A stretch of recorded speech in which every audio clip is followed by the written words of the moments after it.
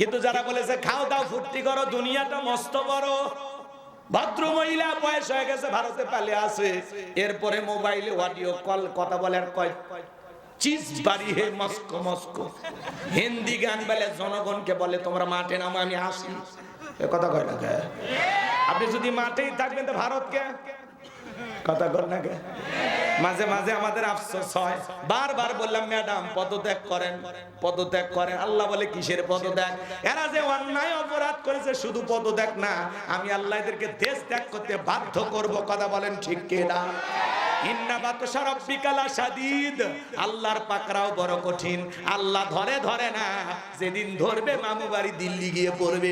কত মাহফিলে গেছি, কয় হুজুর কি দোয়া করে, এটা মরে না, এটা হয় না, এটা হয় না, মেলা কথা বলে। আমরা ভাই অপেক্ষা করেন, ধৈর্য ধরেন, আল্লাহ বিচার করে। কি করবেন? এটা তো পরীক্ষা চলতেছে।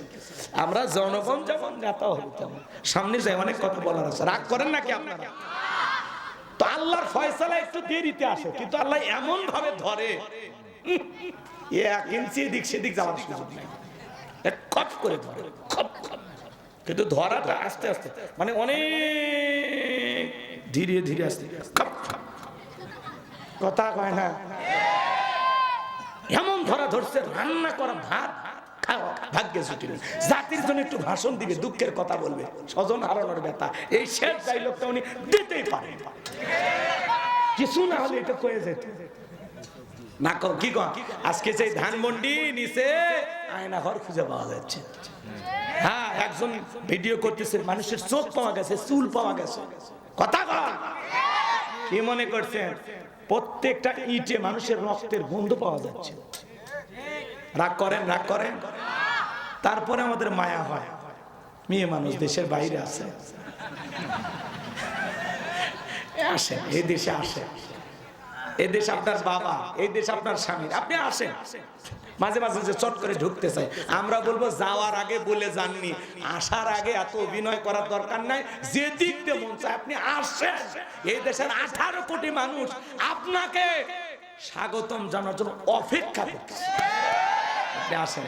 ববু আইবা তুমি আইবা গো, সেই দিন আইসা বুবু ক্ষমতা পাইবা না। ও ববু আইবা তুমি আইবা গো, সেই দিন আইসা বুবু ক্ষমতা পাইবা না। খোঁজ নাই ববু কাদের কাকার, অবস্থা খারাপ করবে যে বাবার, হাও না গেলে কোন সামনে আসে না। নেতা কর্মী সব জেলের ভিতর, আমি আসি ডরের ওপর, কখন জানি আসে গ্রেফতারি পরোয়ানা।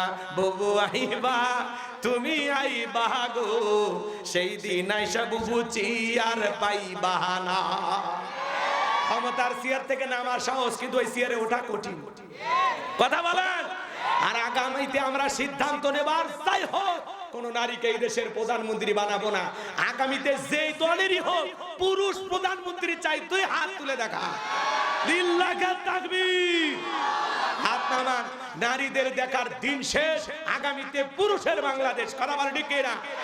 পুরুষ হবে আমাদের প্রধানমন্ত্রী, পুরুষ হবে আমাদের নেতা। 84 বছরের মুরব্বী যদি হয়, লঙ্গি মাখার সম্ভাবনা হয়, তাহলে ভিন্ন কথা। রংপুরে ওয়াজ করছি, এক চাচা বলে ভাতিজা তুমি ওয়াজ করো তো, পেশাব লাগলে লঙ্গিত করো, হচ্ছে ফাঁকা মাটি জমিতে কাম সারা। চাচা বাড়ির তো গেলে চাচি খেপে যাবে, কয় না না, যা বলবো হুজুর এমন ওয়াজ ধরছে, ওটার কোনো কায়দা ছিল না। এই জন্য চাচা, এই চাচা করতে গেল কে কে দান করবে, তোমার দান আজকের সেরা দান পড়ে গেছে না? ঠিক আছে, বসেন বসেন, যান নিচি নিচি।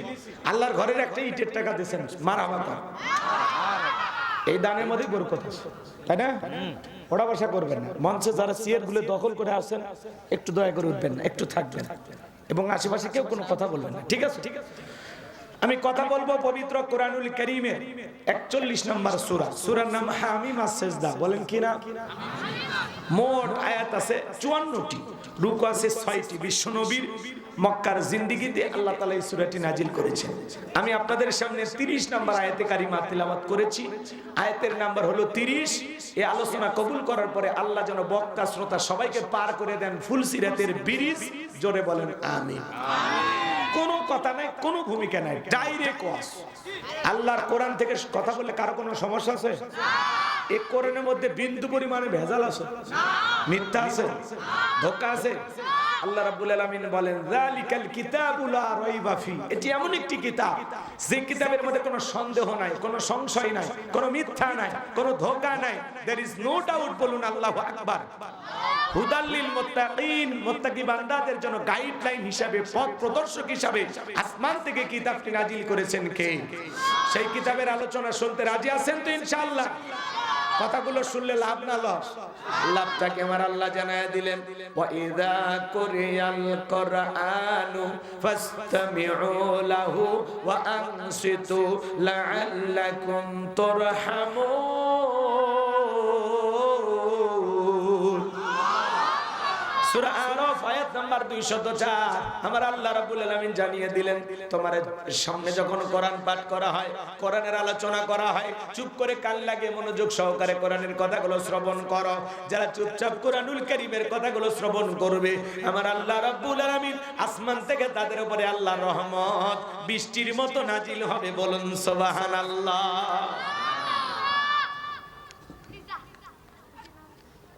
এই জায়গায় আল্লাহ রহমত নাজিল হইতেছে, আপনার আমার বিশ্বাস আছে না নাই? কোরআনের কথাগুলো মন দিয়ে শুনতে হবে। আল্লাহ বলেন ওয়াযাক্কির ফাইন্না যিকরা তানফাউল মুমিনিন।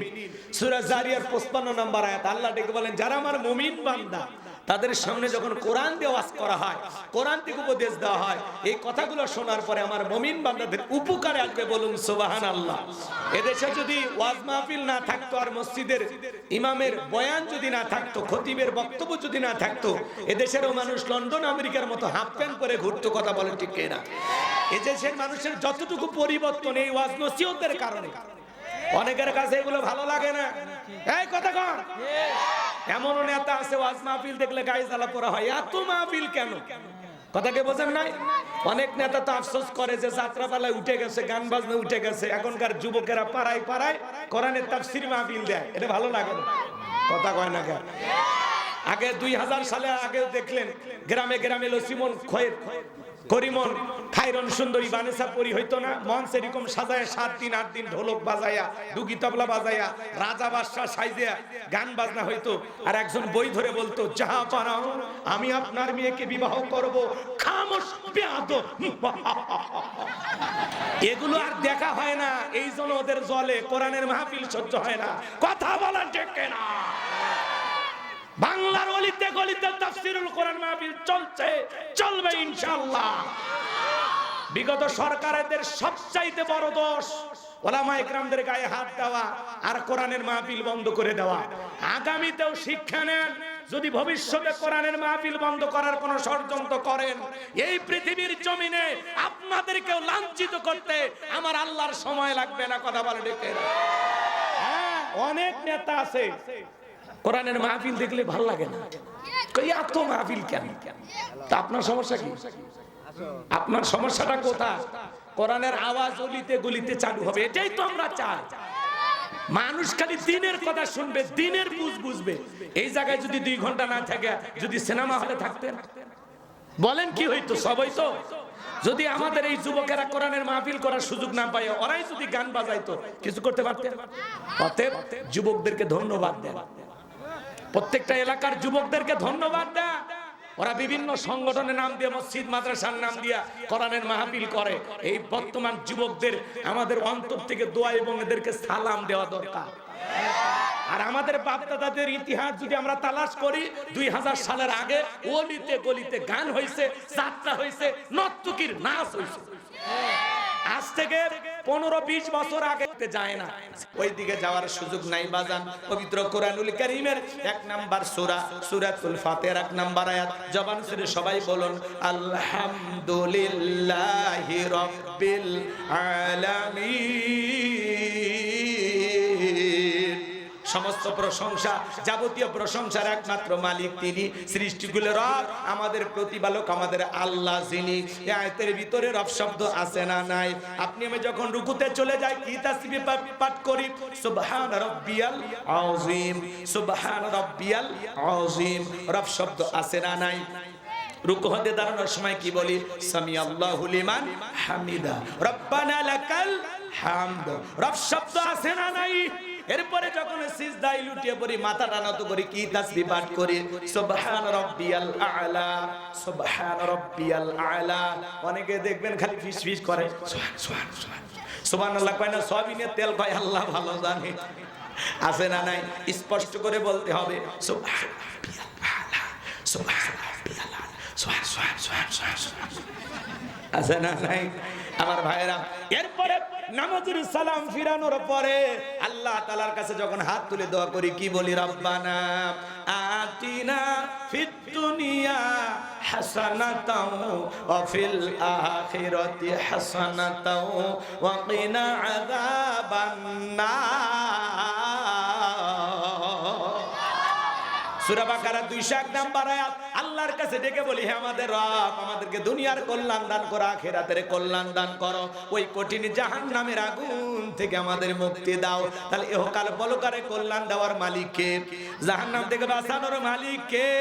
পবিত্র কুরআনুল কারীমের সর্বশেষ যে সূরা, সূরাটির নাম হলো নাস, তার 1 নাম্বার আয়াত, কুল আউযু বিরাব্বিন নাস। এই আয়াতের ভিতরে রব শব্দ আছে না নাই? জীবনের পরেতে পরের উত্তরে রব। আপনি আমি যেদিন মারা যাব, এই মসজিদের মাইকে যেদিন এলান জারি হবে, এই গ্রামের অমুক ব্যক্তি বেঁচে নাই, ইন্না লিল্লাহি ওয়া ইন্না ইলাইহি রাজিউন। আপনার আমার মৃত্যুর সংবাদ শোনার পরে বিবি কাঁদবে, আমার স্বামী নাই, ছেলে মেয়ে কাঁদবে, আমার বাবা নাই, বাবা নাই। পিতামাতা বেঁচে থাকলে বলবে কলিজার ধনটা হারাইলাম। আত্মীয় স্বজন সবাই আপনাকে আমাকে শেষ বিদায় দেওয়ার জন্য বাড়িতে চলে আসবে। বাজান দেখে রঙিন পোশাক হইলা, আপনাকে আমাকে বড়ই পাতার গরম পানি দিয়া সারা জীবনের মতো গোসল করাইয়া, চকলেটের মতো মোরাইয়া, জীবনের শেষ যানবাহন মসজিদের খাটিয়াতে তুইলা 4 জন বরযাত্রী ধইরা যখন অন্ধকার কবরে রাখবে বাজার, 3 জন মানুষ কবরে নামবে, মনে হবে এরাই সাথী। একে একে সবাই উঠে আসবে, কবরে বাঁশের বিছানা বিছাইয়া দিবে, ছিদ্রগুলো দিয়ে হালকা একটু আলো প্রবেশ করে। এরপরে যখন কবরের উপরে মাটি দেওয়া হবে, কবরটা হয়ে যাবে ঘোর অন্ধকার। সবাই কবরে মাটিতে যখন চলে আসবে, কবরে থাকা ব্যক্তি তাদের পায়ের আওয়াজ শুনতে পাবে, চিৎকার মেরে ডেকে বলবে, একা রাইকা যায়ও না। কবরে থাকা ব্যক্তির চিৎকার দুনিয়ার কেউ শুনতে পাবে না। আমার নবী বলেন যে কবরে চলে গেল তার চাইতে অসহায় আর কেউ নাই। বিশ্ব নবী বলেন, ক্বালা ক্বালা রাসূলুল্লাহি সাল্লাল্লাহু আলাইহি সাল্লাম, ইন্নামাল কুবরু রাউযাতুম মিন রিয়াদিল জান্নাহ আও হুফরাতুম মিন হুফারিন নার, রাওয়াহু তিরমিজি। বিশ্ব নবী ডেকে বলেন, যে ব্যক্তির আমল ভালো, মৃত্যুর সঙ্গে সঙ্গে আল্লাহ তাআলা তার কবরটাকে জান্নাতের বাগান বানায় দিবেন, বলুন সুবহানাল্লাহ। আর যে ব্যক্তির আমল খারাপ, আও হুফরাতুম মিন হুফারিন নার, তার কবরটা হবে জাহান্নামের আগুনের গর্ত। একবার যদি কারো কবর জাহান্নামের আগুনের গর্ত হয়ে যায়, বাঁচার কিন্তু কোনো উপায় নাই। নবী আমার এক জায়গায় বসা, আসমান থেকে জিবরাইল আসলেন আর ডেকে বলে, নবী এই মুহূর্তে একটা আওয়াজ হইল, আপনি কি শুনতে পাইছেন? আল্লাহ রাসূল বলে, হ্যাঁ আমি শুনতে পাইলাম। জিবরাইল বলে, নবী আজ থেকে 70 বছর আগে জাহান্নামের গর্তের মুখে আল্লাহ একটা পাথর ছেড়ে দিয়েছেন, এই মাত্র জাহান্নামের তলদেশে পৌঁছাইলো। চিন্তা করেন বাজান, একটা পাথর ছেড়ে দিলে 70 বছর যদি সময় লাগে, আল্লাহ না করুক, আল্লাহ না করুক, আপনার আমার গুনাহের কারণে, অপরাধের কারণে আসমান জমিনের মালিক আল্লাহ যদি বেজার হইয়া জাহান্নামের গর্তের আগুনে ফেলে দেয়, আপনার আমার কিন্তু বাঁচার কোনো উপায় নাই। এ বাজান দুনিয়ার আগুনের চাইতে জাহান্নামের আগুনের পাওয়ার হলো 70 গুণ বেশি। এ বাজান ওই জাহান্নামের আগুন যদি কারো দেখে লাগে, মনে হবে কলিজাটা পুড়ে ছাই হয়ে যাচ্ছে। কবর কিন্তু জায়গা ভালো না, ওই কবর বড় কঠিন জায়গা। কবর যে নেক আমল নিয়ে যাবে তার সাথে ভালো ব্যবহার করবে, কিন্তু যারা গুনাহ নিয়ে যাবে তাদের অবস্থা খুব একটা ভালো হবে না।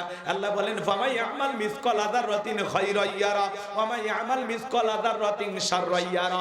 বান্দারে তুমি যদি যারা পরিমাণ অনুপরিমাণে নেক আমল করো, ওইটাও তোমার আমলনামায় লিপিবদ্ধ করা হবে।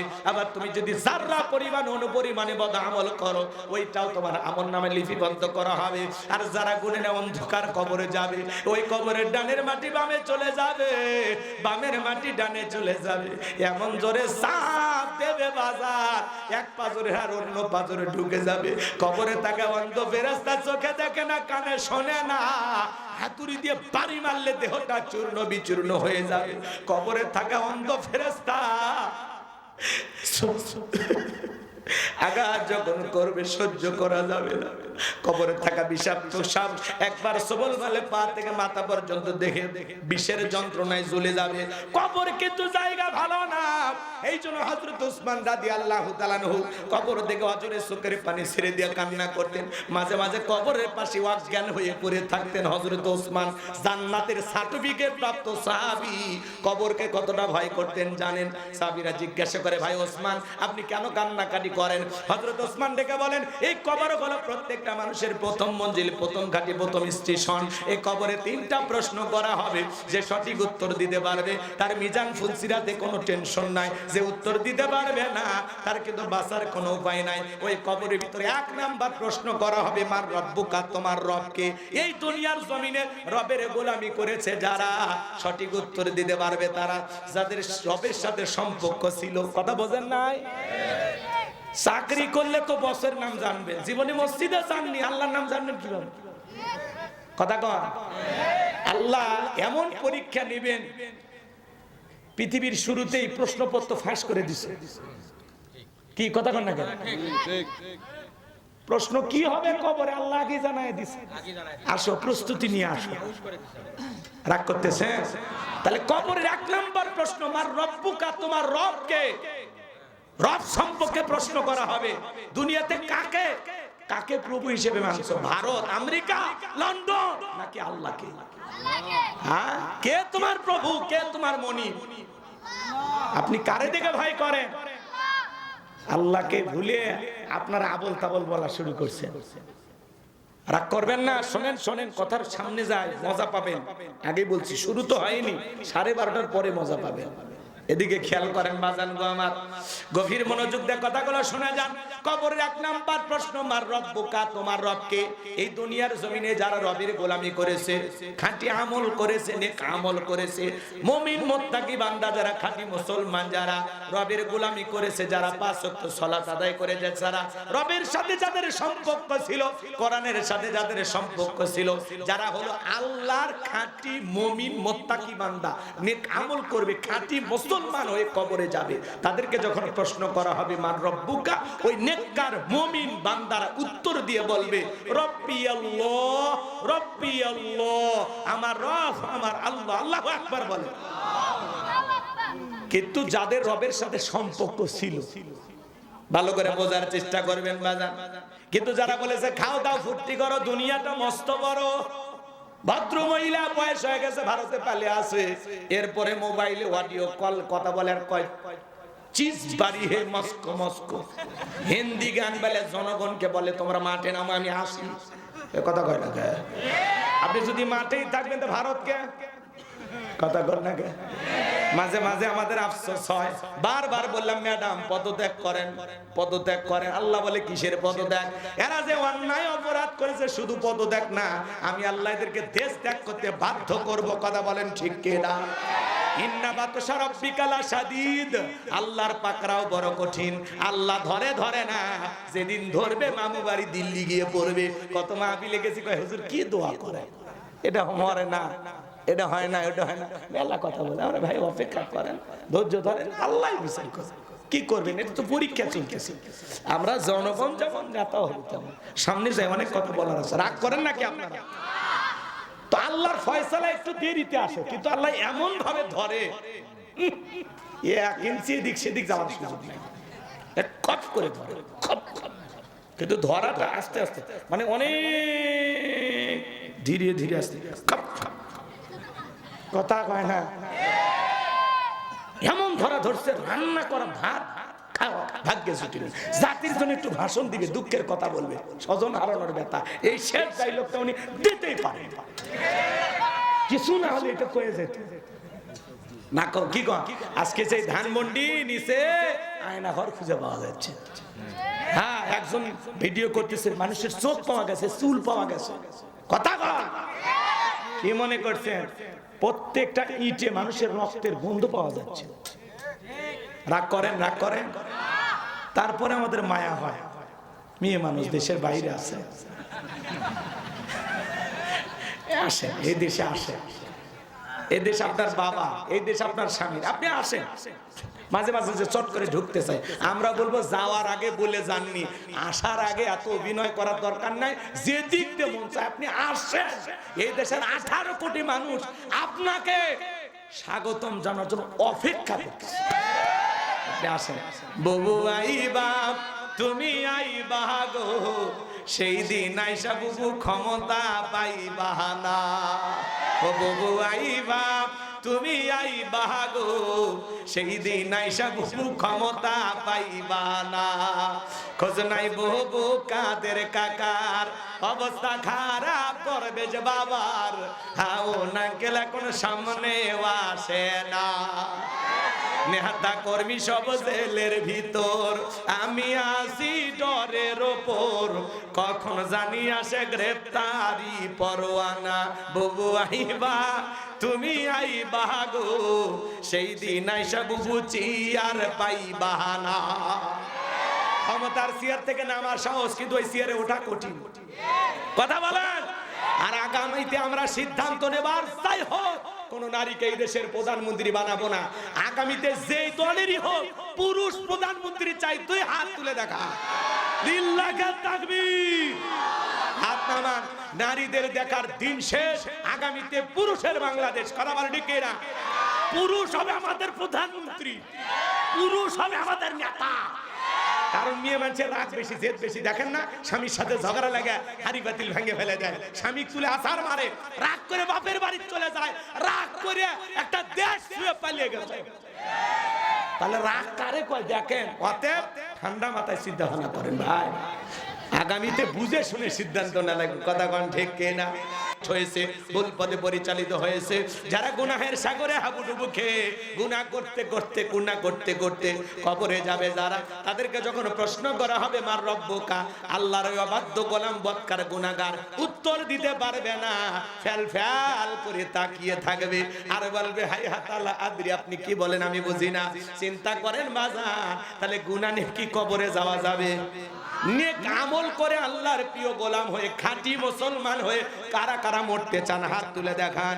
আল্লাহ আমাদের সবাইকে নেক আমল করার তৌফিক দান করেন, জোরে বলেন আমিন। তাহলে আল্লাহ তাআলা বলেন ইন্নাল্লাযীনা ক্বালু রাব্বুনাল্লাহ, নিশ্চয়ই যারা বলে আমি তাদের রব, আমাদের রব কে? আরেকটু জোরে বলেন কে? আল্লাহ আমার রব, এই রবই আমার সব। বান্দার চাওয়ার আগে সব চাওয়া পূরণ করে দেন তিনি কে? আমার মার চাইতে, বাবার চাইতে, আমার বিবির চাইতে, সন্তানের চাইতে আমার আল্লাহ আমার সব চাইতে আপন। আমার আল্লাহর দয়া, আমার আল্লাহর এত দয়া, আমার মায়ের চাইতে, আমার বাবার চাইতে, আমার বিবির চাইতে, আমার সন্তানের চাইতে আমার আল্লাহ আমারে বেশি ভালোবাসে, আমার আল্লাহ আমাকে বেশি দয়া করে, আমার আল্লাহ আমাকে বেশি মহব্বত করে। কথা বলে ঠিক কিনা? মানুষের এদিকে খেয়াল করেন, মুমিনের সবচাইতে আপন একজন, তিনি কে? আল্লাহর চাইতে বড় আপন কেউ নাই, আল্লাহর চাইতে বড় আপন কেউ নাই। কথা বলেন ঠিক কিনা? সেই আপনের সাথে সম্পর্ক ভালো থাকার দরকার আছে না নাই? আল্লাহ বলেন ইন্নাল্লাযীনা ক্বালু রাব্বুনাল্লাহ, নিশ্চয়ই যারা বলে আমাদের রব আল্লাহ, কিন্তু পৃথিবীর জমিনে আল্লাহ যখন জিরো থেকে হিরো বানায়, সাওয়ালা থেকে প্রধানমন্ত্রী বানায়, নিঃস্ব পরিবার ধ্বংস, সেখান থেকে আল্লাহ যখন রাজত্বের চেয়ার দান করে, ক্ষমতার দাম্ভিকতা অহংকারে বলে আনা রাব্বুকুমুল আলা, আমি বড় প্রভু, আমি বড় খোদা। জোরে কোন নাউজুবিল্লাহ। আল্লাহ শাস্তি চায়, ক্ষমতা পাইলে কি শাস্তি চায়?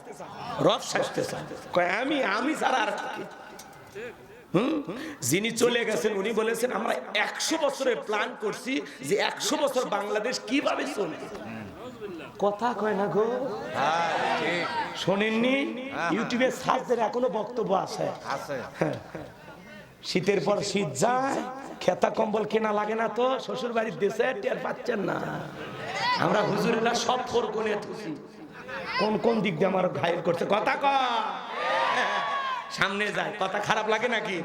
শোনেন শোনেন, একটু জিরো থেকে হিরো বানাইলে নিজেকে কি দাবি করে? রব। বলে আমি প্রভু, আমি বড় খোদা। জোরে কন্যা উজবিল্লাহ।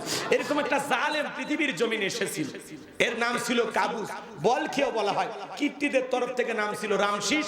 মিশরের বাদশাহ হওয়ার পর উপাধি নাম হলো ফেরাউন। আমি যে কয়েক মিনিট বলি, রাগ করবেন না তো? দেখেন আল্লাহ মানুষকে কোথা থেকে কোথায় নিয়ে যায়, আর তারপরে ওই মানুষটা কত বড় নিমক হারাম হয়। আমি কি বলবো? তাকবীর দেন, লিল্লাহি তাকবীর। এই ফেরাউন ছিল ভবঘুরে যুবক, কাবুস নামের ফেরাউন। এর এলাকায় কোনো কাজকর্ম ছিল না। ভবঘুরে যুবক মানে বোঝেন না? যারা বাপের হোটেলত খায়, আনন্দ ফুর্তি করে ঘুরে বেড়ায়, গাঁজা মদ ইয়াবা ফেন্সিডিল খায়া কাছক ধাক্কা মেরে কয় ভাইজান সাইত্যা। বউ যদি দরজা খোলে, ওমকের বাপ তুমি ঢোলকা, কয় মা তুমি বুঝবে না, আজ একটু বেশি পরিমাণে মাল খাচ্ছি। এরকম নেশা করা আছে না নাই? সন্ধ্যা হলে ঘরের দরজা বন্ধ করে জিকির করে ইকিয়াবা ইকিয়াবা ইকিয়াবা। মা বাপ চিন্তা করে বাবা এটা কিসের ট্যাবলেট, জ্বর সর্দি গলা ব্যথা, কই কিচ্ছু বোঝার দরকার নেই, টাকা দেন হইলে তোর মাথা বাড়াবো। নেশা করা আছে না নাই? হ্যাঁ, এই নেশা করারা কিন্তু খুব মিষ্টি মিষ্টি কথা বলে, বলে এটাই শেষ, আর জীবনে খাবো না। বইয়ের কসম, মায়ের কসম, কোরআন থোয়া, মক্কা মদিনা থোয়া, সব শেষ, তাহলে ভালো হয় না। কথা কয় না কেন? এই জন্য যারা নিশাদ্রব্য পান করে, যুবক মাদককে না বলো, যেই মুখে মা সেই মুখে মাদক তোলা যাবে। মাদককে না বলো। আমরা নিশা মুক্ত, মাদক মুক্ত সমাজ গড়তে চাই। যারা ইয়াবা ফেন্সিডিল গাঁজা মদ খায়, চেহারার দিকে তাকালে কি মনে হয়? শাকিব খান, সালমান খান, কি কমলার মতো চেহারা? না দেখেই বোঝা যায় টোকায় টোকায়। কথা কয়, আর চেহারা সুরতের দ্বারা প্রকাশ হয় খায় খায়। কি কি কথা কন না কেন? আর যারা ইয়াবা ফেন্সিডিল গাঁজা মদ খায়, সমাজের মানুষ তাদেরকে মূল্যায়ন করে। যারা নিশাদ্রব্য পান করে, ওর বাবা মার জন্য অভিশাপ, বিবির জন্য অভিশাপ, সন্তানের জন্য অভিশাপ, সমাজের জন্য অভিশাপ। কথা বলে ঠিক না? এই মাদক দ্রব্য যারা পান করে, নিশাদ্রব্য যারা পান করে, এরা সমাজটাকে ধ্বংস করে। এজন্য যুবক হাত তুলে বাধা দাও, জীবনে কোনোদিন মাদক সেবন করবা না। আসো আসো সোনা আসো, হাত তোলো তো কলিজারা। মাশাআল্লাহ, বগুড়ার মানুষ ভালো, এলে খায় না, আজেবাজে জিনিস খায় না। ঠিক আছে, হাত নামা শোনা। এই যে হাত তুলে বাধা দিলা, ওই ইয়াবা ফেন্সিডিল গাঁজা মদ না খাইয়ে যদি বিয়ে করে থাকো, ওই টাকাটা জমাও। প্রত্যেকটা মাসে বউকে একটা 3 পিস কিনে দিবা। কিছু না হইলে 12টা মাসে 12টা বাসর রাখতে দিবা। হ্যাঁ, ওই টাকাটা জমাও, নষ্ট করিও না। আল্লাহ হেদায়েত দান করেন, জোরে বলেন আমিন। এমনকি যারা বিড়ি সিগারেট খান, ওটা একটু বাদ দেন, ওটা খাইলে গন্ধায় ভালো লাগে। অনেকে মুসাফা করে, পরে নাক যখন চুলকে দিয়ে যায়, আরে কি সেন্স। আমি চিন্তা করি আরেকজনের সাথে যদি হাতটা দিয়ে মুসাফা করি, ও বলবে হুজুরও খায়। কারণ সেদিন এক ভিডিও দেখা গেল, কি সিসি ক্যামেরা লাগাইছে তো, একটু বিয়াল্লাহ জুব্বে চুব্বে পরে গাড়ির সামনে বসে সিগারেট খাচ্ছে। তখন মানুষ এটা আমার ভিডিও করে ছাড়িয়ে দিছে, হুজুর কি সুখ টান মারতেছে। দেখছেন না আপনারা? এক হুজুর রাস্তার ধারে প্রকাশ্যে বিড়ি খাচ্ছে, সিগারেট খাচ্ছে। কেরে পাগলা, খা, ওই ঘরের ভিতরে খা, তোর জন্য সব হুজুরের বদনাম। যাকে হুজুর আলাম কি কায়দা খাচ্ছে। রাগ করেন নাকি আপনারা? সামনের দিকে যাই বাজান গো আমার। এই ভবঘুরের যুবক কাবুস নামের ফিরাউন মিশরে চলে গেল। মিশরে যাওয়ার পরে সর্বপ্রথম হলো তরমুজের ক্ষেতের লেবার। সেখান থেকে মিশরের সরকারি গোরস্থানের দারোয়ান লাগবে। ইন্টারভিউ চলতেছে, লাইনের মধ্যে ফিরাউনও দাঁড়ায় গেছে। একে একে ইন্টারভিউ দিতে যখন ফিরাউনের পালা, ডেকে বলে বাদশা বুক ভরা আশায় আপনার দেশে এসেছি, বিদেশ থেকে যদি চাকরিটা দেন সারা জীবন আপনার প্রতি কৃতজ্ঞ থাকবো। আর আমি যতটুকু জানি মিশরের সবচাইতে ভালো মানুষ আপনি। এমন ভাবে কথাগুলো উপস্থাপন করেছেন, বাদশার মায়া লাগে গেছে। কথায় আছে না, তেল দিয়ে বাংলা বোঝে না, পান দিছে, পান দিছে, তেল দিয়ে বোঝে না, দুষ্ট লোকের মিষ্টি কথা। এমন ভাবে কথাগুলো বলেছেন বাজান গো, বাদশার মায়া লেগে গেছে। ডেকে বলে ইন্টারভিউ বন্ধ করো। ওই কাবুস নামের ছেলেটাকে মিশরের গোরস্থানের দারোয়ানের চাকরি দেওয়া হলো। এইবার চাকরি পাওয়ার পরে প্রতি মাসে বেতন পায়। আর মনে মনে চিন্তা করে এই টাকা দিয়ে তো আমার চলবে না, আমার সাইড ইনকাম করা দরকার। এইবার লাশ দ্বারা দাফন করতে আসে, ওদেরকে ডেকে বলে শোনো, লাশ প্রতি আমার একটা করে দিরহাম দিবা, না হলে আমি লাশ দাফন করতে দেব না। জনগণ চিন্তায় পড়ে গেল, একটা দিরহামের জন্য বাদশার দরবারে বিচার নিয়ে যাব, লাশ পয়সা গলে শেষ হয়ে যাবে, অতএব একটা টাকা যদি পাই ছেলেটাই পাক। এই কথা ভেবে জনগণ একটা করে দিরহাম ঘুষ দেওয়া শুরু করলো। 1 টাকা হইলে ওইটাও কি ঘুষ। কিন্তু বাংলাদেশে কিন্তু কোনো ঘুষ নাই, আছে জোরে কম আছে। শোনো এই দেশটার গল্প করি, দেশটা মনে হয় স্বপ্নপুরী। সুদখোর, ঘুষখোর, মদখোর, জুয়াখোর, হে তাই আসে ভুরি ভুরি, হে তাই আসে ভুরি ভুরি। এ দেশে অসৎ কামাই কেউ করে না, তবে ঘুষের টাকা পেলে কেউ তো সারে না। টেবিলের নিচে দিয়ে হাত বাড়িয়ে কালো টাকাটা নাই সারিয়ে করছে ওরা বড় দেশের চুরি, করছে ওরা বড় দেশের চুরি। শোনো এই দেশটার গল্প করি, আছে না নাই? একটা চাকরির জন্য 10 লাখ 15 লাখ 20 লাখ টাকা ঘুষ উপরালা দেওয়া লাগে। উপরালা বলতে কি ফেরেশতা এসে নিয়ে যায়? এদেশের চেয়ার টেবিল পর্যন্ত ঘুষ খায়। কথা বলে ঠিক কিনা? হ্যাঁ, রাগ করবেন না বাজান, সামনের দিকে যায়। এইবার জনগণ একটা করে দিরহাম ঘুষ দেওয়া শুরু করলো। আল্লাহর খেলা বোঝা বড় দায়। ওই জামান আল্লাহ একটা মহামারী দিলেন, নাম হলো ডায়রিয়া, কলেরা। 2020 সালে মার্চ মাসে আল্লাহ পুরো পৃথিবীবাসীকে একটা মহামারী দিয়েছিলেন। করোনা হয়েছে আর এক বোন দেখতে যায়নি, ভাইয়ের করোনা হয়েছে আর এক ভাই দেখতে যায়নি। এরকম হয়েছে কিনা বলেন? বন্ধুর করোনা হয়েছে আর একটা বন্ধু দেখতে যায়নি। স্বামীর করোনা হয়েছে, স্বামী আলাদা রুমে, বউ আলাদা রুমে, ভাঙ্গা একটা প্লেটে কিছু খাবার সাজাইয়া বাঁশ একটা লম্বা একটা লাঠি দিয়া আস্তে করে স্বামীর ঘরে ঠেলে খাবার ঢুকে দিয়েছে। স্বামী আর সুস্থ হওয়ার পরে স্বামীর কাছে যায়, বউ তখন বলতেছে, জোসনার বা আমি যে তোমারে কত ভালোবাসি তুমি জানো না। আসল দিয়ে মুখটা মুছে দেওয়ার বলে, শোনো, তাহাজ্জুদ পড়ে পড়ে দোয়া করেছে, আল্লাহ আমার স্বামীর হায়াত তুমি বাড়ায়া দাও। স্বামী তখন মনে মনে বলে, বউরে আমারে যে কত ভালোবাসিস আমার জানা হয়ে গেছে। আমি যখন রুগী ছিলাম মাঝে মাঝে মনে হইতে এই বুঝি জানালা খুলে দুইটা মিষ্টি কথা বলবি, এই বুঝি দরজা খুলে আমার সাথে এক নজর দেখা করবি, কিন্তু না রে বিবি না, আমার সাথে দেখা করলি না।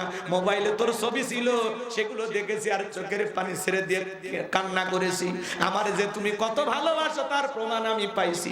আমি যখন করোনা রোগী ছিলাম তখন আমারে তুমি বাস দিয়া খাওয়াইছো।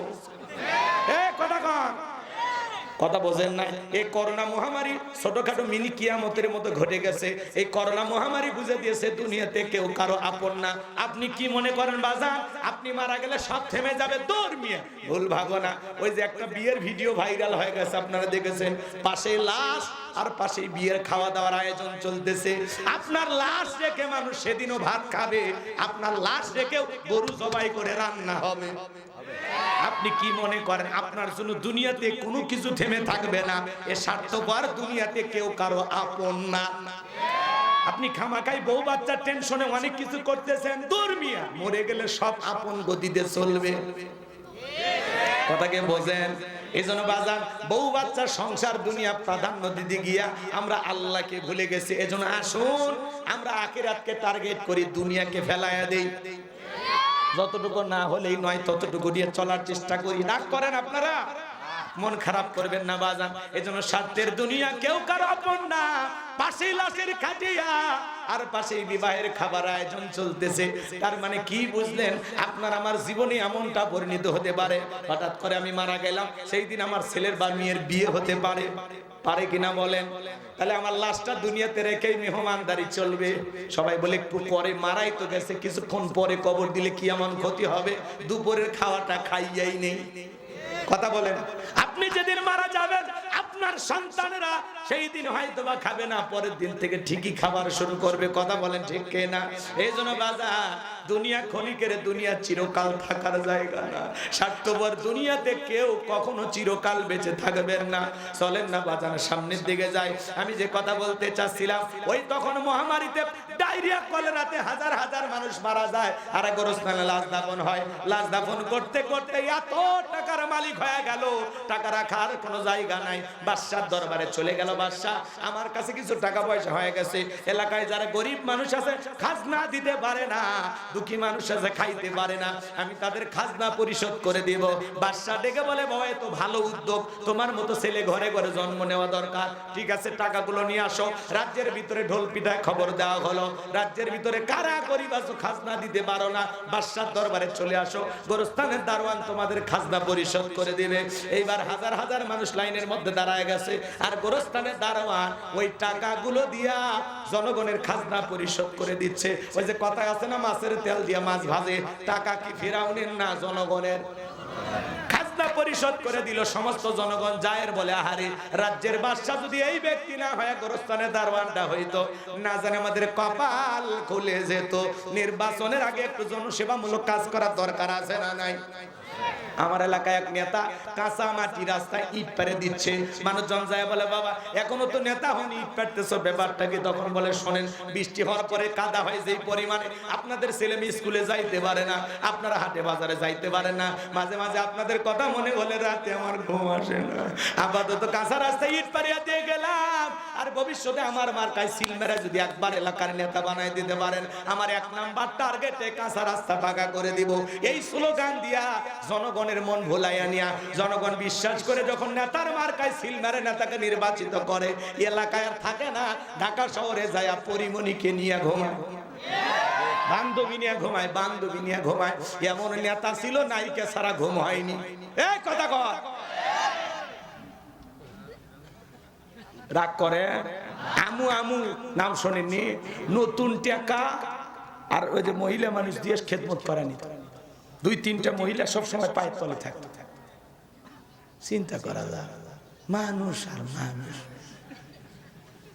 কথা কর না। খালি নির্বাচনের মার্কা যে কয়দিন নেতার আনাগোনা সে কয়েছে, রাস্তাঘাটে অলি গলি, কাঁঠাল গাছে বিদ্যুতের খুঁটি সব জায়গায় ঝুলে থাকে। কথা কর না আপনারা? হ্যাঁ, রাস্তা ভিক্ষুক মহিলা 500 টাকা দিয়ে বলে আপনার চেহারার মাঝে আমি মাকে খুঁজে পাবো। কি অভিনয় রে ভাই, কি অভিনয়! নেতা তো না, অভিনেতা। কথা বল। ওই ভিক্ষুক মহিলা 500 টাকা দিয়া 22টা পত্রিকায় 32টা চ্যানেলে নিউজ প্রচার হয়ে গেছে। ওনার ফেসবুক পেজ আছে, আইডি আছে, সেখান থেকে সারা শেষ, কয়েক লাখ শেয়ার হয়েছে, লাইক পায়, কয় যাক টাকাটা বিফলে যায় না, উসুল হয়েছে। কথা কয়। রাস্তাঘাটে যারে দেখ সালাম আলাইকুম সালাম আলাইকুম চাচা, এক নেতা সালাম দিতে দিতে খেজুর গাছ পর্যন্ত সালাম দিয়েছে। কর্মী কয় নেতা এটা মানুষ না গাছ, কয় আমি মনে করছি এটা ভোটার। মানে তখন আর হুঁশ থাকে না। আর আমরা কম খারাপ না, 1.5 টাকার বিরিয়ানি 3 টাকার চা খায়। কি স্লোগান! বল্টু ভাইয়ের চরিত্র ফুলের মতো পবিত্র, নামাজ পড়ে 1 ওয়াক্ত, গাঁজা খাই 5 ওয়াক্ত, ঘুমসুরিতে বাঁকা ভক্ত, শয়তানের 1 নাম্বার ভক্ত, হুজুরদের জন্য খুবই শক্ত, সুজে খাই গরিবের রক্ত। পোস্টারে লেখা আছে গরিবের বন্ধু, ভোট দিয়ে দেখেন গরিবের কয় নাম্বার শত্রু। একটা বয়স্ক ভাতার কাঠ নিবে গেলে 2-1000 খায়। পোস্টারের নিচে লেখা আছে সেবা করার সুযোগ দিন।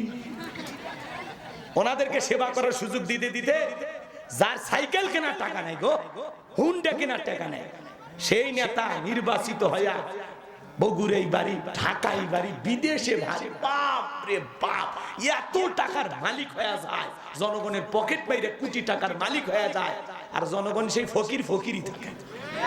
আমাদের ভাগ্যের উন্নয়ন হয় না তো। কথা কও। রাগ করে, দুঃখের কথা, কষ্টের কথা। আমি কি কারো নাম নিছি? কি দরকার, কি দরকার? নাম নিলেই বিপদ। অতএব মার হবি, সাউন্ড হবি না। কথা কর। রাগ করেন নাকি আপনারা? এই জন্য আমাদেরকে পরিবর্তন হওয়া লাগবে, সিদ্ধান্ত নেওয়া লাগবে নতুন করে। যাত্রার কথাই ভোলা যাবে না। এক পাগল তেঁতুল গাছে হাত তুলে বলে আল্লাহ এই তেঁতুল গাছে রাজশাহীর ফজলি আম দে, রংপুরের হাড়িভাঙ্গা দে, চাপাই নবাবগঞ্জের কাটিমন দে, নওগাঁ পাহাড়ের আমরুপালি দে। আল্লাহ বলে পাগল রে, চোখটা খুইলা দেখ কোন গাছের নিচে দোয়া ধরেছিস। তেঁতুল গাছের নিচে দাঁড়ায়া আম চাইলে কিয়ামত পর্যন্ত যেমন পাওয়া যাবে না। নির্বাচনের আগে 500 টাকা 1000 টাকা চা বিড়ি খায়া ভোটটা বিক্রি কইরা, পবিত্র আমানত বিক্রি কইরা, উমরের মতো নেতা চাইলে দেশে পাওয়া যাবে না। আপনি যখন বলেন আল্লাহ এই দেশের নেতাদেরকে উমরের মতো বানায় দাও, আল্লাহ তখন বলে উমরের দেশে থাকার মতো জনগণ হতে পেরেছিস। আপনি যেমন আপনার নেতাও তেমন। আপনি 1 নাম্বার, নেতা 1 নাম্বার। আপনি 2 নাম্বার, নেতা 2 নাম্বার। আপনি বাটপার, নেতা হবি বিশ্ব বাটপার। আপনি সিটার, নেতা হবি আন্তর্জাতিক সিটার। কথা আপনাকে ভালো হয়। গাছের গোড়া ঠিক, মাথা ঠিক। আপনারা সিদ্ধান্ত নিতে পারবেন তালুকদার বংশের মতো কলিজাটা যদি বড় হয়, হাত তুলে বাধা দিতে পারবেন যে হুজুর নির্বাচনকে কেন্দ্র করে জীবনে কোনোদিন একটা চাকরি খাবো না, একটা টাকা নেব না। হাত তুলে তো দেখি।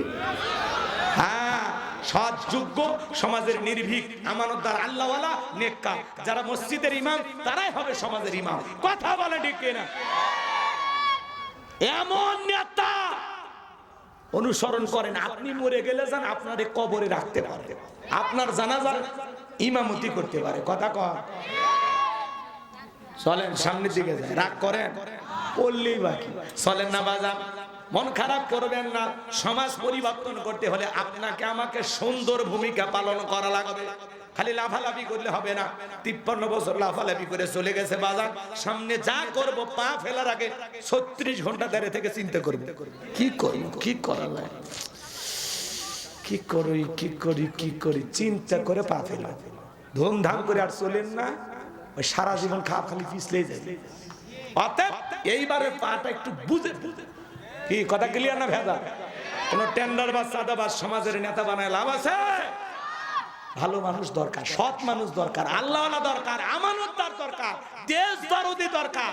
যারা লক্ষ লক্ষ কোটি টাকা দুর্নীতি করে বিদেশে পাচার করবে ওদেরকে নেতা বানায় কোনো লাভ নাই। কথা বল ঠিক? বিপদে পুরো দেশ ফেলায় চলে যায়। আছে এমপি মন্ত্রী আছে, সব পালিয়ে গেছে। চলেন সামনের দিকে যাই। একটু বলবো নি, রাগ করে না। যুবক মন খারাপ করতেছো শোনা, তোমাদের জন্য স্পেশাল কিছু কথা বলবো ইনশাআল্লাহ। মা বোন যারা আছেন নিরাশ হইন না, মা আপনাদের জন্য কিছু বরাদ্দ আছে ইনশাআল্লাহ। চলেন আমার ভাইয়েরা সামনের দিকে যাই বাজান। এইবার নির্বাচন শুরু হয়ে গেল, আগে তো জনগণের মন কাইরা নিয়েছে। একজন যে মিশরের মন্ত্রী হয়ে গেল, আল্লাহর খেলা বোঝা বড় দায়। বার্ধক্য জনিত কারণে ওই দেশের যিনি বাদশা ছিল, বাদশা মারা গেল। নির্বাচন করার আগে ফেরাউন সমস্ত জনগণকে ডেকে বলে, শোনো, রাজ্যের বাদশা মারা গেছে, বাদশা ছাড়া একটা দেশ চলতে পারে না, তোমরাই বলো মিশরের বাদশা হবে কে? সমস্ত জনগণ ডেকে বলে, আপনার সাথে ভালো মানুষ আমাদের নজরে পড়ে নাই, আপনি যদি আমাদের মিশরের বাদশা হয়ে যান আমাদের কারো কোনো আপত্তি নাই। জনগণের সমর্থন যখন দিয়েছে, নেতারাও ডেকে বলে, আমরা আপনাকে নেতা মানতে রাজি। এইবার সবার সমর্থন নিয়ে ওই গোরস্থানে দারোয়ান মন্ত্রী থেকে হয়ে গেল মিশরের বাদশা। বাদশাহীর চেয়ারে বসার পরে হামানকে ডেকে বলে, হামান, আজ থেকে তুই হবি আমার মন্ত্রী আর আমি হব রাজ্যের বাদশা। এই হামানের মাথায় কোনো চুল ছিল না, সাদে মাল নাই, বাম পাল্লার পুরো মাথা ছিল ভারতের দমদম এয়ারপোর্ট। এইবার বাজার ক্ষমতার চেয়ারে বসার পরে রাতের বেলায় ঘুমাইতে যায়, নেতার চোখে ঘুম আসে না, আজে বাজে স্বপ্ন দেখে লাফায় লাফ ওঠে। বলেন তো বুঝান, ঘুম কার দেয়া নিয়ামত? গরিবকে আল্লাহ স্পেশাল দুইটা জিনিস দিয়েছেন, একটা হলো খাবার রুচি আর একটা ঘুমানো। এই ঘুম পাড়া গরিব যেখানে শোতে সেটাই ঘুম আসে। মাথার তলে ইট দিলে ঘুম ধরে, সার ছিটে বাজা গাছের তলে বসলে ঘুম আসে। কথা কম, দুর্নীতি করে নিজে, চিটারি বাটপারি করে নিজে, আর ধনী কোটি টাকার মালিক হয়েছে, বিল্ডিং ইমারত গড়ছে, 4টা ঘুমের ট্যাবলেট খায় রাত 2টে, তারপরে লাভ মেরে উঠে সিসি ক্যামেরা দেখে কেউ ঢুকছে না, কেউ খাওয়ার জন্য। খাওয়ার জন্য বোঝো না ভাতিজা, বিদায় করার জন্য, আর জানাজা পড়ার জন্য, বোঝো না? কেউ হত্যা করার জন্য কেউ ঢুকছে না, কেউ দেখে সিসি ক্যামেরা। কারণ কি? দুর্নীতি করছে, লুটপাট করছে, জুলুম করেছে। ও রাজপ্রাসাদের প্রত্যেকটা টাইলস থেকে, ইট থেকে, সিমেন্ট থেকে জনগণের আত্মনাদ শোনা যায়। গরিব আলু ভর্তাতে ভাত খায়, বউ কুলুপ নিয়ে ঘুম আসে। আর ধনী দাউকুরের সম্পর্ক, বউ আলাদা রুমে, স্বামী আলাদা রুমে। কাছে গেলে কয় ডন্ট টাচ মি। কথা কয়, শান্তি নাই তো, টাকা আছে কিন্তু জ্বালা, জ্বালা, সুখ নাই। টাকা দিয়ে সুখ পাওয়া যায়, 1 লাখ টাকার খাট আছে কিন্তু ঘুম নাই, দামি চাদর আছে কিন্তু ঘুম নাই। কিন্তু গরিবের কুড়া ঘর, টিনের বেড়াওয়ালা, কি ঘুম, খালি কানটা নাগান, মনে হচ্ছে ট্রাকের ইঞ্জিন চালু আছে। ধনীর সামনে কত খাবার, আপেল, আঙ্গুর, কমলা, বেদানা, গরু, খাসি, কয় না খাওয়া যাবে না। ডাক্তার বলছে যত কম খাবেন তত বেশি বাঁচবে না, ওই ভয় খায় না। গরিব কয় বলে খাওয়া খাবি না, খালি দিয়ে দেখ, অটো মেশিন দেখছি ধান ভাঙ্গা, সব খায় ফেলে দেবো। কথা কন ঠিক কিনা? আল্লাহ কেনার টেকা দেয়নি কিন্তু খাওয়া রুচি দিয়েছে। কথা কন ঠিক কিনা? ভাই ভাই যা খাই তাই হজম হয় আমার ভাইয়েরা। এই জন্য বলতে চাচ্ছিলাম বাজান, নেতার চোখে ঘুম নাই। পরদিন সকালবেলা ঘুম থেকে উঠে তার দরবারে জ্যোতিষী ছিল 400। এই 400 জ্যোতিষী লিডার নাম দবিরা, বয়স হলো 320 বছর। দবিরাকে ডেকে বলে, দবিরা কেন জানি রাতের বেলায় ঘুমাইতে পারি না, আজে বাজে স্বপ্ন দেখে লাফালাফায় উঠি, আমার যে কি হয়েছে নিজেও জানি না। এইবার দবিরা বলে, নেতা টেনশন নেবেন না, আমাকে একটু চিন্তা ভাবনা করতে দেন।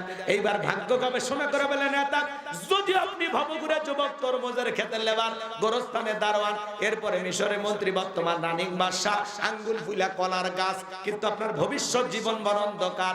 আগামী 3 মাসের মধ্যে বনি ইসরাইল সম্প্রদায়ের ভিতরে মুসা নামের একটা ছেলে জন্মগ্রহণ করবে। ওই মুসার কারণে রাজত্ব পাওয়ার ক্ষমতা থাকবে না। নেতারে এমনকি আপনার জীবন যাওয়ার সম্ভাবনাও দেখা যায়। এই কথা শোনার পরে ফিরাউনের মাথা ঠান্ডা না গরম? গরম মানে কাঠকর ফোরায় ছিলাম কই, আসলাম কই, না জানি ভবিষ্যতে আরো কত কিছু হই। একটা ছেলের কারণে রাজত্ব থাকবে না, এটা তো মানা যাবে না। দবিরা যদি বলতো মুসা আসবে খানকা বানায় পয়সা পয়সা জিকির করবে, ফিরাউন চাইলে সরকারি খরচে খানকা বানায় দিতে পারতো, কিন্তু মুসা আসবার ক্ষমতা খাইতো আর জীবন শেষ করতে। এজন্য টেনশনে পড়ে গেল। আজও পৃথিবীর জমিনে তাকায় দেখেন, বাংলাদেশের দিকে তাকায় দেখেন, যারা খানকায় বসে হু হু করে, জিকিরের নামে লাফালাফি করে, রং তামাশা করে, ভণ্ডামি করে, ওদেরকে টার্গেট করা হয় না। কিন্তু যারা আল্লাহর জমিন, আল্লাহর দ্বীনকে প্রতিষ্ঠিত করতে চায়, কোরআনের সমাজ ব্যবস্থা কায়েম করতে চায়, হক কথা বলে, তাদেরকে টার্গেট করে করে ভিতরে ঢুকানো হয়। সামনের দিকে যাইবা জানবো আমার। এইবার হামানকে ডেকে বলে, হামান রে, দবিরা কি বললো? মুসা নামের একটা ছেলে আসবে, তার কারণে রাজত্ব পাওয়ার ক্ষমতা থাকবে না, এটা তো মানা যায় না। হামান ডেকে বলে, না, তার টেনশন নেবার কোনো কারণ নাই, মাইট ইজ রাইট, জোরজার মূল্য তার পাওয়ার রাজত্ব ক্ষমতা আমাদের হাতে, আমরা যা বলবো মিশরের জনগণ তাই মানতে বাধ্য। বলে, কি করতে চাস? বলে, শোনো, যত ছেলে সন্তান জন্মগ্রহণ করবে জবাই করে করে দুনিয়ার জমিন থেকে বিদায় করে দেব, তাহলে আপনার শত্রু মুসার জন্ম হবে না। এই কথা শোনার পরে ফিরাউন ডেকে বলে, হামান রে, আসলে তোর মাথায় বুদ্ধি আছে, তবে শোন, ছেলেগুলোকে জবাই করবি, মেয়েগুলোকে জবাই করবি না, কারণ ছেলেদের মধ্যে আমার শত্রু আছে, মেয়েদের মধ্যে কোনো শত্রু নাই। তার মানে চোর হলেও মানুষ ভালো, মোবাইল নিয়ে গেল আর সিম কার্ড খুলে দিয়ে গেল, কথা বলে ঠিক কিনা? এইবার সন্তান জবাই করা শুরু হয়ে গেল। মুসা মাত্র কয়জন? এ জোরে বলেন ভাই, ভয় পাচ্ছেন? তাকবীর দেন তো, লিল্লাহি তাকবীর। মুসা হলো একজন, আর জালেমেরা দেখবেন অপরাধ করবে একজন, আর সেই অপরাধের শাস্তি পুরো জাতির উপরে চাপায় দেবে, কথা বলেন ঠিক কিনা? এ বাজান গো আমার, সন্তান জবাই করা শেষ হয়ে গেল। 3 মাস পার হওয়ার পরে দবিরাকে দেখে বলে, দবিরা এইবার গবেষণা করে দেখো, আমার পথের কাটা মুসা মরল না বাঁচলো? দবিরা গবেষণা করে বলে, 3টা বর্ণনা পাওয়া যায়, কেউ বলেছেন 20,000, কেউ বলেছেন 24,000, কেউ বলেছেন 80,000। ডেকে বলে, নেতা, হাজার হাজার বনি ইসরাইল মায়ের বুক খালি কইরা যদিও সন্তানগুলোকে বিদায় করে দিয়েছেন, কিন্তু আপনার পথের কাটা মুসা এখনো মরে নাই, মরে নাই, মায়ের কোলে জীবিত আছে, সুস্থ আছে, কিন্তু কোথায় আছে, কোন বাড়িতে আছে, এইটা বলার ক্ষমতা আমাদের নাই। বলুন আল্লাহু আকবার। ওয়া মাকারু ওয়া মাকারাল্লাহ আল্লাহু খায়রুল মাকিরিন। খেলাকার আল্লাহ চাই মুসারে বাঁচাইতে, আর ফিরাউন চাই মারতে। আর 14 গোষ্ঠী এক জায়গায় মারতে পারবে না। এইবার ফিরাউন সেনাবাহিনীকে লেলিয়ে দিল, যাও চতুর্দিকে ছড়িয়ে পড়ো, তল্লাশি চালাও, চিরুন অভিযান চালাও, যে জায়গায় মুসারে পাইবা ধরবার, জবাই করবা। একদল সেনাবাহিনী মুসা নবীর বাড়ির দিকে রওনা করেছেন। মুসা নবীর বড় বোন নাম তার মারিয়ম, ডেকে বলে, মা, ওই যে ফিরাউনের সেনাবাহিনী দেখা যায়, মা, আর বুঝি ভাইকে বাঁচানো গেল না, ভাইকে কই লুকিয়ে রাখবা? সন্তানকে কোলে নিয়ে দিক সেদিক দৌড়ায়, কে যেন ইলহামের মাধ্যমে গায়বী আওয়াজ দেয়, বলে, মুসলমান আর কতদিন জালেমদের ভয়ে এইভাবে সন্তানে দৌড়াইতে থাকবা? শোনো শোনো, ওই সন্তানটাকে চুলার ভিতরে ফেলায়া দাও, কথা দিলাম গো, তোমার সন্তানকে আবার তোমার কোলে ফেরায়া দেব। এইবার জালেমের বাহিনীরা আসলেন, সেনাবাহিনী চতুর্দিক দিয়ে ঘেরাও করলেন, পুরো বাড়ি তল্লাশি চালাইলেন, সার্চ করলেন, তন্ন তন্ন করে খুঁজে চলে গেল, সন্তানকে তারা পেল না। এইবার মুসা নবীর মা চুলার ভিতরে তাকায় দেখে মুসা নবী চুলার ভিতরে পড়ে মুস্কি মুস্কি হাসে, বলুন না সুবহানাল্লাহ। অনেক ঘটনা লম্বা বাবা জান সংক্ষিপ্ত করে একটু বলে দিয়ে যায়, সন্তানকে কোলের মধ্যে নিয়ে গালে মুখে চুমে খায়। আবারও কে যেন গায়ে দিয়ে আওয়াজ দেয়, বলে মুসার মা সিন্ধুক একটা বানায়া দরিয়ার বুকে ভাসায় দাও, কথা দিলাম গো তোমার ছেলেকে আবারও তোমার কোলে ফেরায় দেব। জোরে বলেন মারহাবা। সিন্ধুক পাবেন কোথায়, টেনশনে পড়ে গেল। পরের দিন সকালবেলা কে যেন ডাক দেয়, মিস্ত্রি লাগবে মা। আমি মিস্ত্রি, কথা বোঝেন নাই? এরকম ডাকায় না, ম্যাজিক মশুরি লাগবে, মাছ লাগবে, তরি তরকারি লাগবে, ডাকে না? ডাকে না? ওইরকম ডাকতেছে, মিস্ত্রি লাগবে মা, মিস্ত্রি লাগবে। মুসা নবীর মা ডেকে বলে, মিস্ত্রির দিকে আসো। জীবনে কোনোদিন এইভাবে কেউ ডাক দেয় নাই, তুমি কিসের মিস্ত্রি, কি বানাইতে পারো? মিস্ত্রি ডেকে বলে, মা আপনি যদি মনে করেন এমন একটা সিন্ধুক আপনার দরকার, যে সিন্ধুকের ভিতরে আপনার সন্তানকে তুলে দরিয়ার বুকে ভাসায়া দিবেন, আপনি চাইলে এরকম একটা সিন্ধুক বানায় দিতে পারে। মুসা নবীর মা ডেকে বলে, মিস্ত্রি তুমি তো আমার মনের কথা বলেছো, এরকম একটা সিন্ধুক কি তোমার দরকার? দেখে বলে, মা ভিতর থেকে একটু পানি নিয়ে আসেন, যন্ত্রপাতি আছে, ধার দেবার জন্য পানি লাগতে পারে, আবার না হলেও চলবে। মুসা নবীর মা ভিতর থেকে পানি নিয়ে এসে দেখে মিস্ত্রি একটা সুন্দর সিন্ধুক বানায়া দাঁড়িয়ে আছে। বলুন আল্লাহু আকবার। এবার সিন্ধুকটা হাতের মধ্যে দিয়ে মিস্ত্রি দৌড়ায়, পিছন থেকে ডেকে বলে, মিস্ত্রি লোহার পয়সাকে নিবা না, কাঠের পয়সাকে নিবা না, তোমার পারিশ্রমিকের দামকে নিবা না। মুসা নবীর মার কথা শুনে মিস্ত্রি ডেকে বলে, মা দুনিয়াতে যারা বিপদে পড়ে আমি তাদের উপকার করি, বিনিময়ে টাকা পয়সা গ্রহণ করি না। মুসা নবীর মা এবার ডেকে বলে, মিস্ত্রি এত বড় বিপদের দিনে এত বড় উপকার করলা, লোহার পয়সাও নিবা না, কাঠের পয়সাও নিবা না, তোমার পারিশ্রমিকের দামটাও নিবা না, অন্তত তোমার নামটা বলে যাও। মাঝে মাঝে তোমার কথা মনে হলে আমি আল্লাহর কাছে তোমার নামে দোয়া করব। মিস্ত্রি ডেকে বলে, মা আমি দুনিয়ার সাধারণ কোন মিস্ত্রি না, আমি আল্লাহর ফেরেশতা, আমার নাম হলো জিবরাইল। আল্লাহু আকবার। সিন্ধুকের ভিতরে মুসা নবীকে তুলে দরিয়ার বুকে ভাসায়া দিলেন। সিন্ধুক বাঁচতে বাঁচতে চলে গেল ফেরাউনের ঘাটে। ওই দিন বিকেল বেলা ফেরাউন তার প্রিয়তমা স্ত্রী আসিয়াকে নিয়ে আসতে সমুদ্রের সৈকতে হাওয়া খাইতে। মাঝে মাঝে বউকে নিয়ে হালাল বিনোদন করবেন, বউকে নিয়ে কক্সবাজার চলে যাবেন, পিকনিক স্পট গুলোতে যাবেন যেখানে ভদ্রলোকেরা যায়, কথা কয় না, হালাল বিনোদন বুঝেন না? বউকে বোরকা পরায় পর্দা করায় কক্সবাজার নিয়ে যাবেন, যা বলবেন বিবিরে তাকায় কি সুন্দর সমুদ্রের ঢেউ, আশেপাশে নাই তো কেউ, দাঁড়িয়ে আছে। মাঝে মাঝে বউকে নিয়ে এখানে সেখানে ঘোরাফেরা করবেন, মহিলারা ঘোরাফেরা করলে খুশি হয়, কথা বোঝেন নাই? বোঝেন নাই? এই জন্য বাজান বোরকা পরায় ঘুরবেন। আমি কি বলছি যে সমুদ্রের সৈকতে যে হাফ প্যান্ট পরে গোসল করে তাহলে গুনাহ হবে? বোঝেন না আমার ভাইয়েরা, হালাল বিনোদন করতে কোনো বাধা নাই। এইবার যখন ফেরাউনের সেনাবাহিনী সিন্ধুকটা তুলে ফেরাউনের কাছে নিয়ে গেছে, ফেরাউন ডেকে বলে, সিন্ধুকটা খোলো তো দেখি। সিন্ধুকটা যখন খোলা হলো, সবাই তাকায় দেখে মনে হয় আকাশের পূর্ণিমার চাঁদ সিন্ধুকের ভিতরে ধরা দিয়েছে। আল্লাহু আকবার। ফেরাউন ডেকে বলে, তরবারি আর জবাই করে। এইটাই মুসা। আসিয়া বলে, থামো স্বামী, খালি মারাই শিখছে, এতগুলো মাল্লা তাও শান্তি পাইলা না। স্বামী গো, এই ছেলেটাকে মারার আগে আমি তোমার কাছে একটা প্রশ্ন করতে যাই, এই যে সিন্ধুকটা দেখা যায় এমন কাঠ কি তোমার দেশে আছে? ফেরাউন এইবার সিন্ধুকটা নাই রে স্যারে বলে, বিবি এমন কাঠ আমি কেন, আমার বাপ দাদা 14 পুরুষও দেখে নাই। আসিয়া বলে, স্বামী এটা বিন্দেশি কারো সন্তান বাঁচতে বাঁচতে আমার দেশে এসেছে, এই ছেলেটাকে আমি মারতে দেব না। এই সন্তানটাকে দেখে আমার চক্ষু শীতল হয়ে গেছে, আমি এই সন্তানটাকে আমাদের পালক পুত্র হিসাবে লালন পালন করতে চাই। জোরে বলেন মারহাবা। ফেরাউন টেনশনে পড়ে গেল। কথা আছে না, অনেক কঠিন স্বামী মাঝে মাঝে বউয়ের কাছে দুর্বল হয়ে যায়। বউ যেহেতু রাজি হয়ে গেছে, উপায় নাই, উপায় নাই। আসিয়া ডেকে বলে, যাও রাজ্যের ভিতরে ঢোল পেটায় দাও, ফিরাউনের ছেলে সন্তান যে দুধ পান করাবে মাসে মাসে বেতন দেওয়া লাগবে। কথা আছে, যেখানে বাঘের ভয় সেখানে রাত হয়। যারে খুঁজতেছো মারার জন্য, আল্লাহ তোমারে দায়িত্ব দিল লালন পালন করার জন্য। মারহাবা কর। এইবার চতুর্দিক দিয়ে মহিলারা আসলেন, মুসা নবীকে কোলে নাই, স্তন কুলে মুখ লাগায় দেয়। আল্লাহ নবী মুসা আলাইহিস সালাম কোন মহিলার স্তনে দুধ পান করে না। সবাই যখন ব্যর্থ হয়ে চলে গেল, ওই যে মুসা নবীর বড় বোন নাম তার মারিয়ম, ঈসা নবীর মায়ের নাম মারিয়ম, মুসা নবীর বোনের নামও মারিয়ম। রাগ করেন?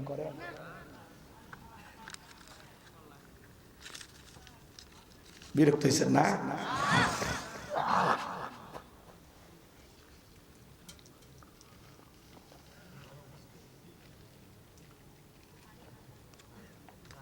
আমার ভাই ডেকে বলে রানী আসিয়া এমন একটা ধাত্রীর খবর আমার কাছে আছে, যে কোনো সন্তান তার দুধ পান করতে পারে, তাই নাকি? বলে হ্যাঁ। এইবার দুইজন লোক পাঠাইয়া মুসা নবীর মাকে ফেরাউনের দরবারে নিয়ে আসা হলো। সন্তানকে কোলের মধ্যে নিয়ে যখন স্তন খুলে মুখ লাগায় দিয়েছে, আল্লাহ নবী মুসা আলাইহিস সালাম মায়ের স্তনে দুধ খাওয়া শুরু করেছেন। বলুন সুবহানাল্লাহ। নবীদেরকে শিশুকাল থেকে জ্ঞানী বানিয়েছেন তিনি কে? আসিয়া বলে আপনার বেতন ডাবল থাকার কোয়ার্টার ফিরে। নবী মুসার মা ডেকে বলে ও রানী আসিয়া, সন্তানকে যদি দুধ পান করাতে চান আপনার বাড়িতে নয়, সন্তান থাকবে আমার বাড়িতে। বলে আমি তাতেও রাজি আছি, মাঝে মাঝে সন্তানটাকে দেখায় যাবেন। কথা আছে মায়ের চাইতে মাসির দরদ বেশি। মুসা নবীর মা পৃথিবীর প্রথম মা, যে মাতার আপন সন্তানদের দুধ পান করানোর বিনিময়ে মাসে মাসে বেতন পেয়েছিল। জোরে বলেন মারহাবা। লম্বা ইতিহাস সংক্ষিপ্ত বলে দিয়া যায়, মুসা নবী চলাফেরা বয়সে উপনীত হয়েছে। আসিয়া একদিন সন্তানটাকে কোলে দিয়া বলে ফেরাউন, সন্তানটাকে কোলে নাও। মানুষ দেখলে মনে করবে ছেলে তোমার না, ধর একটু কোলে নাও। দেখবেন মাঝে মাঝে মা বোনেরা বিরক্ত হয়ে গেলে সন্তান কোলে নিয়ে বলে সামলাও তো সামলাও তো, এ পেপো ব্যবহার ভালো লাগে না, বাপের মতোই খারাপ, বাপের কিচ্ছু সারে। কথা কন কথা কন। সন্তান খারাপ হলে বলে আমার পেট থেকে হয়েছে হারামি, বাপটা হলো ডবল হারামি। আছে না? সন্তান খারাপ হলে সব বদনাম বাপের, আর ভালো হলে মাঝে ভালো। সব ভালো তোমাদের, খারাপ সব আমাদের। যা মাইনে নিলাম। উপায় আছে? আন্দোলন করে উপায় আছে? ভাত দিবি না, রান দিবি না, হোটেল কয়টা কয়টা খাবেন? চলেন না সামনের দিকে যায়, ওদের সাথে ঝামেলা করে পারা যায়। ওরা বাঁকা হারে তৈরি, বেশি সোজা করবে গেলেই ভেঙে। কবি তুই ছাড়া কয়েকজন লাইনে আছে, আমি দেখে তোর সংসার করি, তোর ভাগ্যে নিয়ে যুক্ত। আমরা বলি অকর্মা। মাঝে মাঝে কয় হুজুর বাড়িতে থাকো না, আমি দেখে আসি। ওরে বাবা, রাগ করতেছেন আপনারা? চলেন না বাজান সামনের দিকে যাই। মন খারাপ করবেন না, আমি গুনাহগার যে কথা বলতে চাই, হৃদয়ের কান পেতে কথাগুলো শুনে যান বাজার। এইবার আসিয়া সন্তান কোলে দিয়ে চলে গেল। নবী মুসার কি সুন্দর মায়াবী চেহারা, কি সুন্দর মিষ্টি মিষ্টি দেখতে, কি যে মায়াবী। ফেরাউন কাফের হওয়ার পরে অন্তর গইলে গেছে, একটু চুমা খাই, আদর করবো। ছোট ছোট বাচ্চা দেখে আদর করতে মনে যায় না? কথা কথা। এইবার চুমা খাওয়ার নিয়ত যখন ঠোঁটটা বাড়াইছে, কষি হাত দিয়া নবী মুসা এমন একটা থাপ্পড় বসায় দিছে, বাজান চিৎকার মেরা উঠছে। আশেপাশের সেনাবাহিনী নেতা কর্মী যারা আছে দৌড়ে আসে, বলে নেতা এত জোরে চিৎকার মেরলেন, ব্যাপারটা কি? ছেলে যে থাপ্পড় মারছে জনগণের সামনে বললে কি ইজ্জত থাকে? তখন বলে আমার বাড়ি, আমি চিল্লাইছি, তোদের ডাকছি, যা দূর হয়ে যা, চোখের সামনে থেকে সরে যা। ওদেরকে তাড়িয়ে দেওয়ার পরে চিৎকার মেনে ডাক দেয়, বলে আসিয়া রে আয় আয় আয়। কি হয়েছে? চিল্লাওকে সারের মতো কয় চিল্লাবো না, এর চোখে মুখে যে আগুন দেখছি রে আসিয়া, এ মুসা ছাড়া কেউ না, তাড়াতাড়ি তরবার দিয়ে দে, পথের শত্রুটাকে জবাই করে দূর করি। আসিয়া বলে কি করেছে এই ছেলে? বলে এই ছেলেটা আমার গালে থাপ্পড় মারছে। আসিয়া বলে ঢং করা জায়গা পাও না, এই ছোট মানুষ কোনোদিন গালে থাপ্পড় মারতে পারে? ফেরাউন তখন ডেকে বলে বিবি রে, তোরে কেমনে বোঝাবো?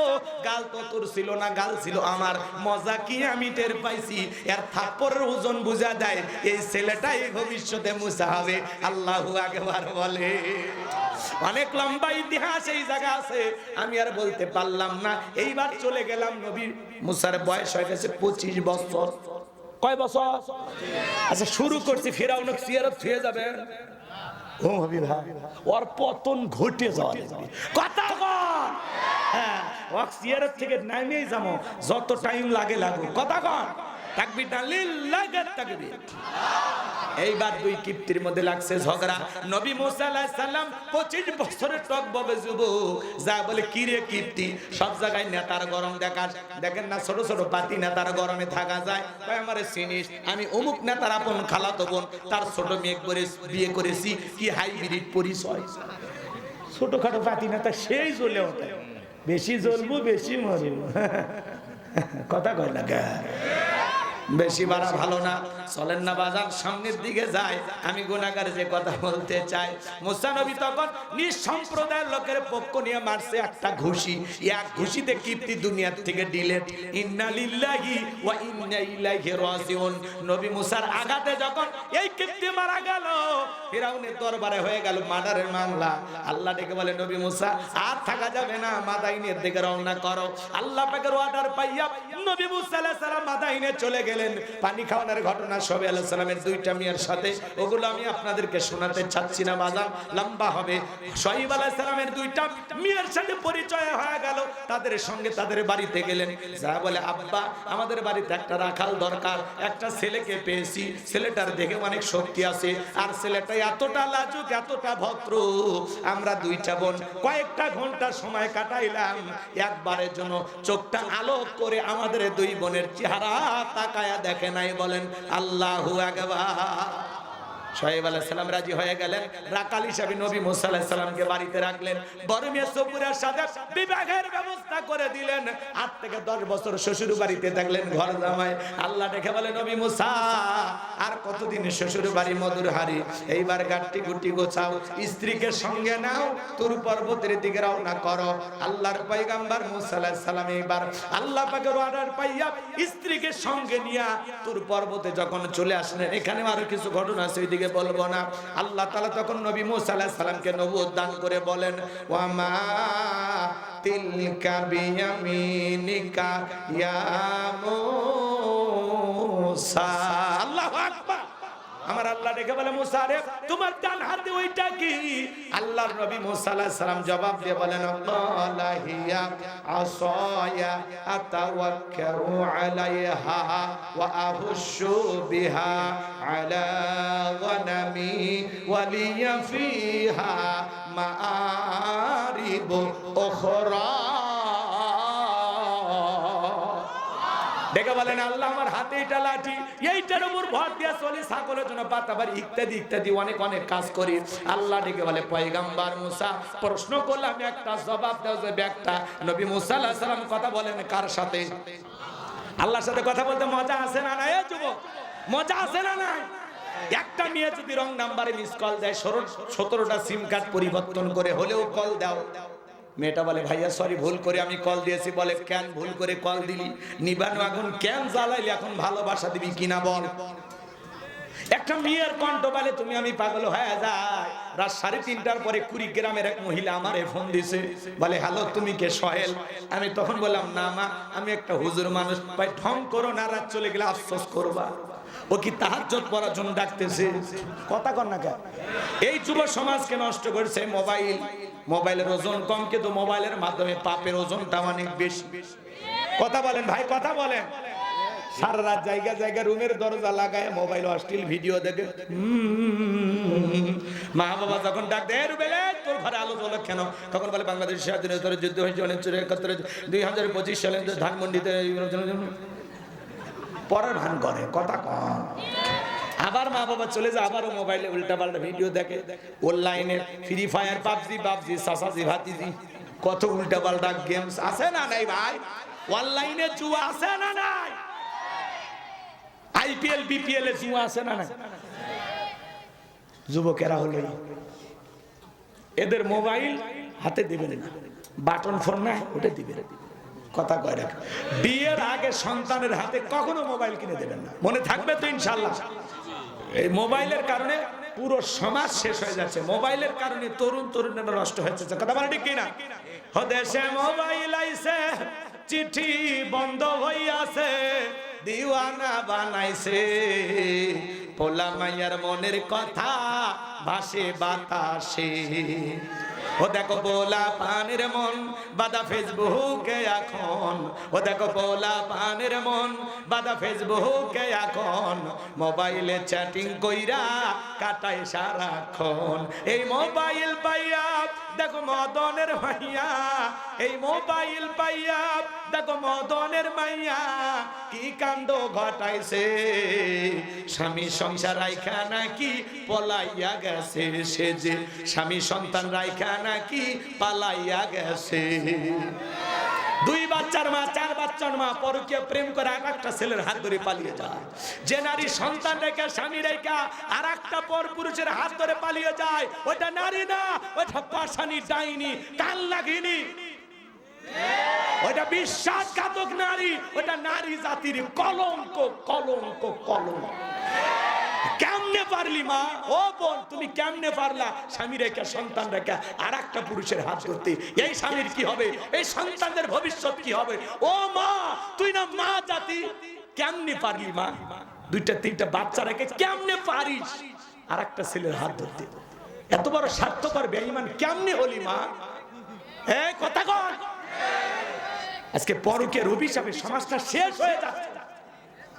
মাঝে মাঝে দেখেন টাঙ্গাইল থেকে মহিলা বগুড়া চলে যাচ্ছে। কেন মা? কয়েক গ্রামের বলটু কি করছি, কয় মোবাইলে আমার সাথে প্রেম করেছে।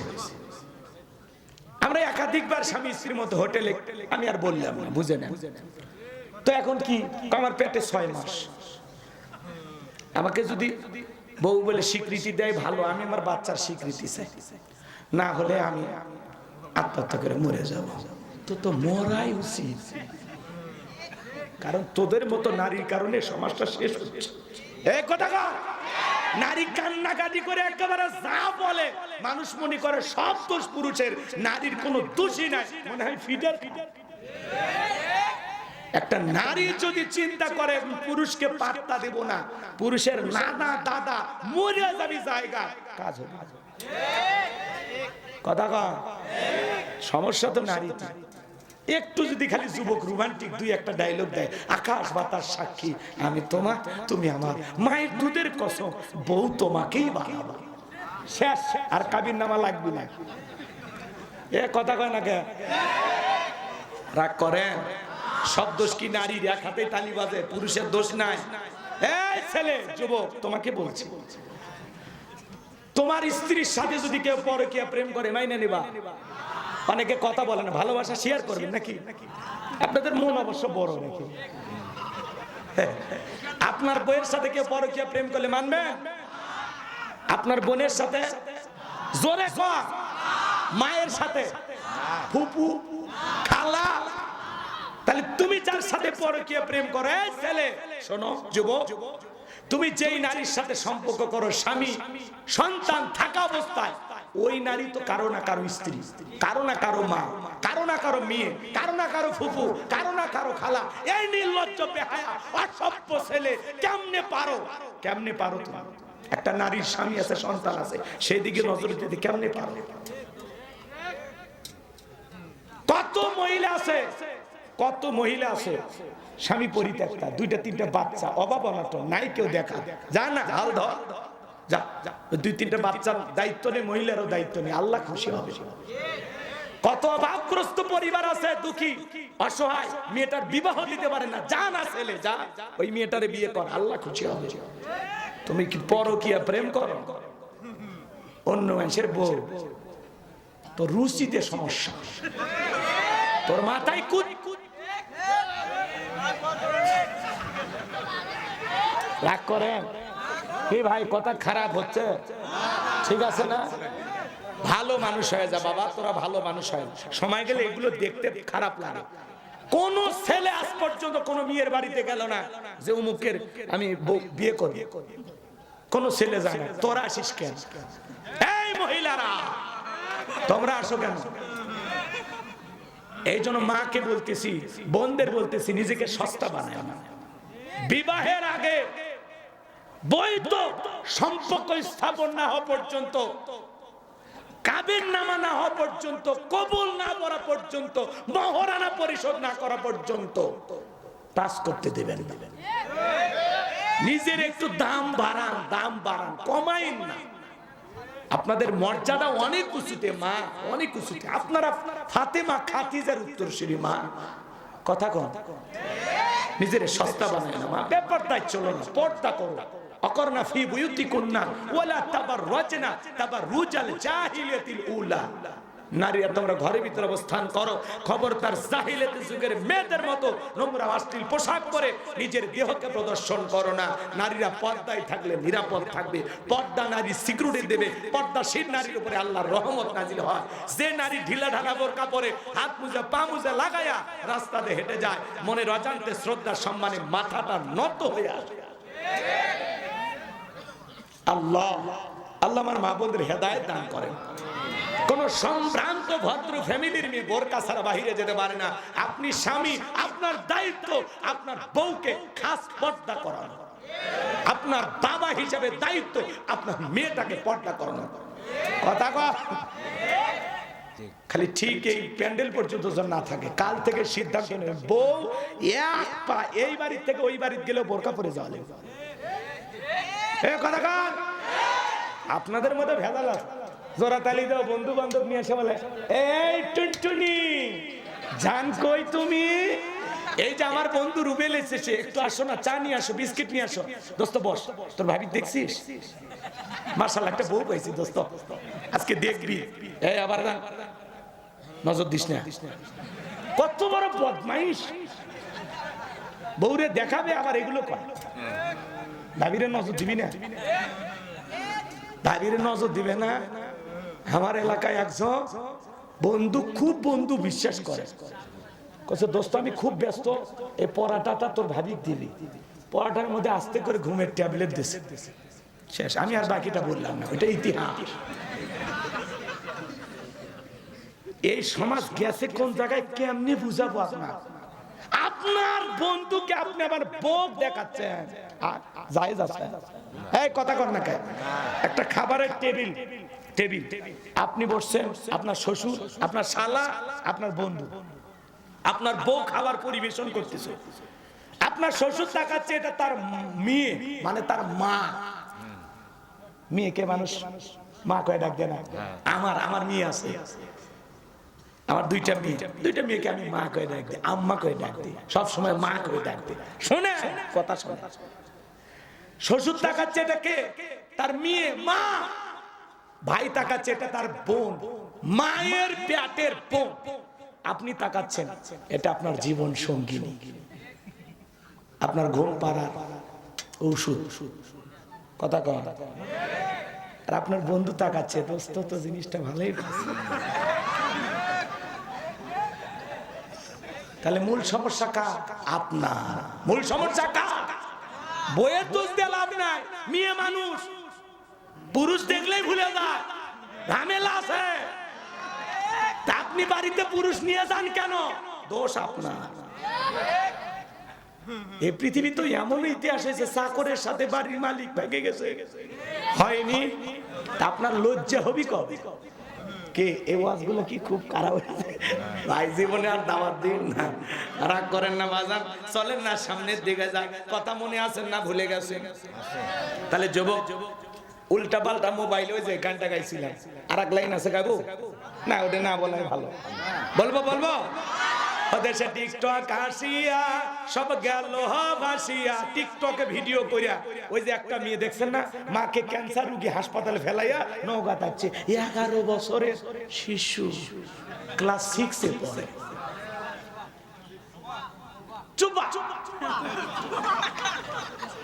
সুবা নৌকা যাচ্ছে, একটা মেয়ে 11 বছরের বয়স। ওই জন্য আমি আমার বহুত অজে বুঝি, ক্লাস 6 এ পড়ে, মেয়ের বালিশের নিচে 7টা সিম কার্ড, 7টা BTCA মানুষ করছে। কে মা? এলে তো বোঝা যাচ্ছে না, এলে অ্যাঙ্গেলে মারি দিছে। টিতে টিটু, বিতে বাদল, এমতে মামুন, এসতে সুমন। কি কায়দায় মারি দিছে। সকাল থেকে সুমন কল দেয়, ঢোকেই না। সন্ধ্যার পরে লাইন পাইছে, তখন বলে, কি শোনা, আমি সারাদিন তোমার সাথে কথা না বলে এই তো নিঃশ্বাস বের হয়ে যাচ্ছিল, তুমি আমার অক্সিজেন বাঁচাইছো। ছেলেরা খুব পারদর্শী, বুঝছেন? শোনেন, তখন মেয়ে বলতেছে, বলে ভাত দেও তোমার ডায়লগ, সকাল থেকে এখন পর্যন্ত আব্বা ছিল, ওই জন্য তোমার সাথে কথা বলতে পারিনি। কিন্তু ওই মফিজ জানেই না ওর সিরিয়াল নাম্বার 7, জানেই না। এই হলো সমাজের অবস্থা বাজা। ক্লাস 5 এর ছাত্র বলতেছে ওটা আমার। কি জামানা? ক্লাস 5-এ কইছে ওটা আমার। তাহলে এই ছোট ছোট বাচ্চাদের করবেন নাকি? জামানা খুব খারাপ। আল্লাহ হেদায়েত দান করুক। যারা কোন আমিন। দেশে টিকটক আসিয়া সব গেল বাসিয়া, সিদ্দিক সোরা নায়ক হইছে আইডি খুলিয়া, হিরো আলম নায়ক হইছে আইডি খুলিয়া। এই মোবাইলে হাই কি জাদু আছে ভাই, পোলা পান বইজাছে, পড়ালেখা তুইলা রাখছে সপ্তম আকাশে। পড়া কোন জায়গা উঠে গেছে, পড়াশোনার আছে অথপা। চলেন না বাজান, মন খারাপ করবেন না। এইবার আল্লাহ তাআলা ডেকে বলে, পয়গাম্বর প্রশ্ন করলাম একটা জবাব দাও, একটা কারণটা কি? নবী মুসা কথা বলে কার সাথে? ইচ্ছা করে তিনি কথা বাড়িয়েছেন। এরপরে আমার আল্লাহ রাব্বুল আলামিন সুন্দর করে ডাক দিলেন, ক্বালা আলকিহা ইয়া মুসা। আল্লাহু আকবার। আল্লাহ ডেকে বলে, মুসা রে তোমার ডান হাতের লাঠিটা এবার নিক্ষেপ করো। ফাআলকাহা ফাইযা হিয়া হাইয়াতুন তাসআ। লাঠিটা নিক্ষেপ করা মাত্র হয়ে গেল বিশাল বড় একটা সাপ। মুসা নবী বলে, বাপ রে বাপ, যে জাতের সাপ আমার বংশ করে দিবে সাপ, এই কথা ভেবে ভয়ে দৌড়াইতে লাগলেন। আমার আল্লাহ তখন ডেকে বলেন, ক্বালা খুযহা ওয়ালা তাখাফ সানুঈদুহা সিরাতাহাল উলা। ও নবী মুসা, ভয় পেও না, আমি আল্লাহ লাঠিকে সাপ বানাইলাম, আবার তুমি কি করো? সাপটাকে ধরো, আবার পূর্বের মতো লাঠি বানায় দিব। বলুন না সুবহানাল্লাহ। নবী মুসা এবার ভয়ে ভয়ে সাপ ধরতে গেছে, আবার কি হয়ে গেছে? লাঠি হয়ে গেছে। এটার নাম কি? মুজিজা। বলেন এর নাম কি? মুজিজা। এই ছেলে, এই ভাতি যাই শোনো ময়না, 10টা মিনিট তুমি থাকো কলিজা, ফিনিশিং দেবো বাজার। আয়াত তিলাওয়াত করলে খারাপ লাগে? আয়াত বাদ দিয়ে খালি কাহিনী বললে হবে? আয়াতগুলো শেষ করি, কয়েকটা আয়াত আছে, মনোযোগ দিয়ে শুনেন বাজান গো আমার, হৃদয়ের কান পেতে কথাগুলো শুনে যান। এইবার আল্লাহ রাব্বুল আলামিন বলেন, ওয়াদহুম ইয়াদাকা ইলা জানাহিকা তাখরুজ বাইদা আমিন গায়রি সুইন আয়াতান উখরা লিনুরিয়াকা মিন আয়াতিনাল কুবরা। আল্লাহ দেখে বলে, নবী মুসা তোমার ডান হাতটা বগলের নিচে ঢোকাও, ওখান থেকে বের করো, কোন দোষ ছাড়া ধবধবে উজ্জ্বল সাদা চমৎকার আলো ছড়াবে। এই যে কুদরতের 2টা নিদর্শন দান করলাম, 2টা মুজিজা দান করলাম, এইবার তোমার দায়িত্ব হলো ইযহাব ইলা ফিরআউনা ইন্নাহু তাগা। আল্লাহু আকবার। ফিরআউনের নিকট চলে যাও, ফিরআউনকে যা বলে, ফিরআউন রে তুমি সীমা লঙ্ঘন করেছো, এখনো সময় আছে, পরিবর্তন হয়ে যাও, আমার আল্লাহ রাব্বুল আলামিনের দাওয়াত নিয়ে যাও। ও নবী মুসা ফিরআউনের নিকট যা বলে, ফিরআউন রে তোর বানানো আইন দিয়ে মিশর চলবে না, এখন থেকে মিশর পরিচালনা হবে আল্লাহর আইন দিয়া। আল্লাহু আকবার। নবী মুসা ডেকে বলে, আল্লাহ আপনি কি ভুলে গেছেন আমি ফিরআউনের দরবারে মার্ডার কেসের আসামি, গেলেই তো ফাঁসি দিয়ে মারবে। আমার আল্লাহ ডেকে বলে, পয়গম্বর ভয় পাওয়ার কোনো কারণ নাই, আমি আল্লাহ যার সাথে আছি, কোন জালেম ফাঁসি দিয়ে মারতে পারবে না, আগুনে পোড়ায় মারতে পারবে না, পানিতে ডুবায় মারতে পারবে না, 1000 দিন রিমান্ডে নিয়েও ওরা মুমিনের মুখের হাসি কেড়ে নিতে পারবে না। বলুন সুবহানাল্লাহ। এইবার নবী মুসা ডেকে বলে, আল্লাহ যেতেই হবে। আমার আল্লাহ ডেকে বলে, অবশ্যই ফিরআউনের নিকট তোমাকে যেতেই হবে, এটা তোমার দায়িত্ব, আমি আল্লাহ তোমাকে নবী বানাইছি। নবী মুসা তখন ডেকে বলে, আল্লাহ অন্তরে দুরু দুরু ভাব হয়, একটু আপনার কাছে দোয়া করি। ছোটবেলা যখন মাদ্রাসায় পড়েছিলাম, কোরআন হাতে তুলে দেওয়ার সময় হুজুর এই দোয়াটা পড়িয়েছিলেন, আমি ভেবেছিলাম এটা কোরআন খোলার দোয়া, কিন্তু তাফসীর পড়তে এসে বুঝলাম না না, এটা কোরআন খোলার দোয়া না।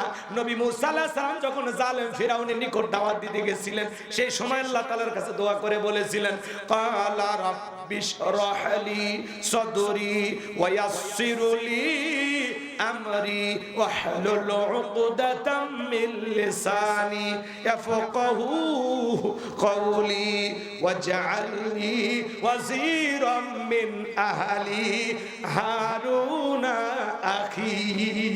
আল্লাহু আকবার। ডেকে বলেন, হ্যাঁ আমার রব, আমার বক্ষকে প্রশস্ত করে দাও, আমার কাজকে সহজ করে দাও, জিহ্বার জড়তাকে দূর করে দাও, যাতে সহজেই মানুষ আমার কথা বুঝতে পারে, আর আমার পরিবারের মধ্য থেকে আমার ভাই হারুনকেও আপনি নবী বানায়া দেন। চিৎকার মেরে বলুন আল্লাহু আকবার। আমার আল্লাহ ডেকে বলে পয়গম্বর দোয়া মঞ্জুর করা হলো, তোমার ভাই হারুনকে আমি আল্লাহ নবী বানায়া দিলাম, এইবার দুইজন মিলে ফিরাউনের নিকট চলে যাও। নবী মুসা আলাইহিস সালাম তখন তার ভাই হারুন আলাইহিস সালামকে সঙ্গে নিয়ে ফিরাউনের নিকট চলে আসলেন এবং ঘোষণা করলেন, ওয়াকালা মুসা ইয়া ফিরআউনু ইন্নী রাসূলুম মির রাব্বিল আলামিন। নবী মুসা আলাইহিস সালাম ডেকে বলেন, হে ফিরাউন, আমি বিশ্বের রবের পাঠানো একজন রাসূল, সত্য আল্লাহর ব্যাপারে সত্য ছাড়া অন্য কিছু বলবো না, বিদায় বনি ইসরাইলদেরকে মুক্ত করে আমার সঙ্গে যেতে দাও। ফিরাউন তখন ডেকে বলে, সত্যি যদি তোমার কাছে স্পষ্ট দলিল বা প্রমাণ কোনো কিছু থাকে সেটা আমার সামনে উপস্থাপন করো। ক্বালা ইন কুনতা জিতা বিআয়াতিন ফাতি বিহা ইন কুনতা মিনাস সাদিকিন। তুমি যে নবী, কি প্রমাণ আছে বাবা দেখাও। নবী মুসা আলাইহিস সালামের প্রমাণ দেখতে চায়, যদি তুমি তোমার দাবিতে সত্যবাদী হও উপস্থাপন করো, কি প্রমাণ আছে? নবী মুসা আলাইহিস সালামের কয়টা প্রমাণ আছে? দুইটা। লাঠি ফেলাইলেন, হয়ে গেল সাপ। বগলের নিচে থেকে হাত বের করলেন, কি সুন্দর জ্যোতিময় আলো, সূর্যের আলোর মতো ঝলমল করে। সুবহানাল্লাহ বলেন। এই দুইটা দৃশ্য দেখার পরে ফিরআউনের এমপি মন্ত্রী যত ছিল সবাই ডেকে বলে, ইন্না হাযা লাসাহিরুন আলীম। ছেলেটা মস্ত বড় জাদুকর। এমপি মন্ত্রীরা কি কয়? জাদুকর। তখন ফিরাউন ডেকে বলে, এ জাদু দেখায় আমাদেরকে ভয় দেখায় দেশ থেকে বিতাড়িত করবে আর ক্ষমতার চেয়ারে বসবে, এটাই এই ছেলের মতলব। তখন বলতে আছে এমপি মন্ত্রীরা, তোমরাই বলো কি করা যায়। তখন তারা বলল, নেতা, এ দেশে তো জাদুকরের অভাব নাই, ওই ছেলেও জাদু দেখাইছে, আমরাও জাদু দেখাবো। নবী মুসা দেখায় মুজিজা, কিন্তু এদের কাছে জাদুর মতো মনে হয়েছে, কারণ ওই দেশে ওই সময়ে ব্যাপক জাদুর প্রচার ছিল। সংক্ষিপ্ত কথা বোঝেন? এইবার তারা কি করলো? ইয়াতু বিকুল্লি সাহিরিন আলিম। শহর বন্দর থেকে তারা দক্ষ জাদুঘর ফিরাউনের দরবারে উপস্থিত করলো। এইবার সমস্ত জাদুঘর নেতার সামনে উপস্থিত হয়ে বলে, নেতা, মাঠে নামার আগে জানার দরকার আছে না যে ট্রফিটা, দামি প্রাইজ কোনো কিছু আছে কিনা, বেনিফিটটা কি, লাভটা কি, জয় পরাজয় আছে না, তো যারা বিজয়ী দল তাদের জন্য কি থাকছে পুরস্কার, জানার দরকার নাই। সমস্ত জাদুকর বলে, নেতা, আপনার পক্ষ নিয়ে যদি আমরা লড়াই করি, নবী মুসার সাথে যদি জাদুর বাণ নিক্ষেপ করি, তো আপনি আমাদেরকে কি দেবেন যদি আপনার শত্রু মুসাকে পরাজিত করতে পারি? ফিরাউন তখন পুরস্কার ঘোষণা করে কি বলেছিল জানেন? ফিরাউন তখন বলে, ক্বালা নাআম ওয়া ইন্নাকুম লামিনাল মুকাররাবিন। তোমরা হবে আমার নিকটতম ব্যক্তি, এই দরবার হবে তোমাদের বসবাসের জায়গা। নেতা যদি বলে তুমি আমার লোক, আর কিছু লাগে, নেতার কথা ক্রস ফায়ার করা যাবে, রাতকে দিন করা যাবে, ভাতের হোটেল বানায়া নাটক করে পাবলিককে ধোঁকা দেওয়া যাবে। কথা বলে ঠিক না? ইমাম মুয়াজ্জিমের কোনো অপরাধ আছে? মিথ্যা মামলা হামলা দিয়া বইয়ের কাছে ঘুমাইতে দেয়নি। অন্ধ মানুষ সুপ্রিম কোর্টে গেছে, গাড়ি পোনারে মামলার আসামি। অন্ধ মানুষ গাড়ি বাড়ি কিছু চেনে? কত বড় মিথ্যাবাদী ছিল। আমি যেদিন যে অন্ধ মানুষ গাড়িতে আগুন লেগে দিছে, শয়তান সেদিন বলতো, গোলাম রব্বানি, এটা হলো পৃথিবীর সবচাইতে বড় মিথ্যা কথা। এই কথা কর, কিন্তু ওর সাথে আমার কালেকশন নাই, এজন্য জিজ্ঞাসা করতে পারি। রাগ করেন? আচ্ছা, অন্ধ মানুষ কোনোদিন গাড়ি আগুন লাগায় বাজায়, পথ চেনে না, হ্যাঁ, উষ্টে খায় পড়ে যায়, পুকুরত পড়ে, বউকে ঠিক মতো চেনে না, অন্ধ মানুষ বলছে। রাগ করেন আপনারা? এগুলো হলো মিথ্যা। কোন আলেম ধর্ষণকারী হতে পারে না। কোন এক মানুষ শহীদি কাফেলা নিবেদিত সৈনিক হওয়ার কারণে 15টা 20টা 50টা 100টা মামলা দিয়ে কি এখন আবার বলে আমার নামে মিথ্যা মামলা দেওয়া হচ্ছে। ও, এর আগে যে আপনারা দিয়েছিলেন সব সত্য মামলা না? মামলা দেখছেন কি সারা দেশে যে পরিমাণে মামলা আছে, ভয়ে আপনার কি মনে হয় উনি আসবে? এই জন্য বলতেছি, যারা আছেন ভাই দেশে চুপচাপ থাকেন, মিলেমিশে থাকেন, তওবা করে ভালো হয়ে যান, ঝামেলা করেন না। কথা কম, যারা গেছে গেছে, আপনারা যারা আছেন একটু পরিবর্তন হন। খামাক আপনি ডাইরেক্ট কোন আমি দিন বদলাছে, হুজুর ভুলে গেছি যে মা সন্তান ফেলায় গেছে, ওই মায়ের মহব্বত থেকে লাভ নেই। কথা চলেন না বাজান, সামনের দিকে যায়, মন খারাপ করবেন না। আমি যে কথা বলতে চাচ্ছিলাম গভীর মনোযোগ দিয়ে শোনেন। এইবার বলতেছে নেতা, ঠিক আছে আপনি থাকেন, আমি যাই। যারা রাস্তাঘাটে জাদুর খেলা দেখায়, ওরা যদি রাজপ্রাসাদ থাকে আর কিছু লাগে? এইবার বিশাল জাদুর খেলা দেখানোর আঞ্জাম চতুর্দিক দিয়ে গ্যালারি, দর্শক উপস্থিত। এটা হলো সেমিফাইনাল, এরপরে ফাইনাল খেলা, তারপরে বিদায়। আপনাদের শোনেন, আমার ভাইরা শুনে যান। এইবার সমস্ত জাদুঘর একত্রিত হয়ে ডেকে বলে, ও নবী মুসা, জাদুর বান আগে আমরাই নিক্ষেপ করব নাকি তুমি জাদুর বান নিক্ষেপ করবা? নবী মুসা আলাইহিস সালাম ডেকে বলে, ওস্তাদের মার শেষ রাতে আগে তোমরাই জাদুর বান নিক্ষেপ করো। তখন তারা ডেকে বলে, ও নবী মুসা, ঠিক আছে, একটু অপেক্ষা করো। এইবার তারা কি করলেন বাজান গো আমার, সমস্ত জাদুঘররা জাদুর বান নিক্ষেপ করলো। জাদুর তন্ত্র মন্ত্র নিক্ষেপ করতে করতে করতে করতে ওদের চালান পাতি শেষ। চালান পাতি শেষ। এইবার ডেকে বলে, ও নবী মুসা, জাদুর বান এইবার তুমি নিক্ষেপ করো। এইবার আল্লাহ তাআলা ওহীর মাধ্যমে নবী মুসা আলাইহিস সালামকে সুন্দর করে জানায়া দিলেন, ও নবী মুসা, তোমার হাতে যে লাঠিটা আছে সুন্দর করে লাঠিটা ফেলায়া দাও।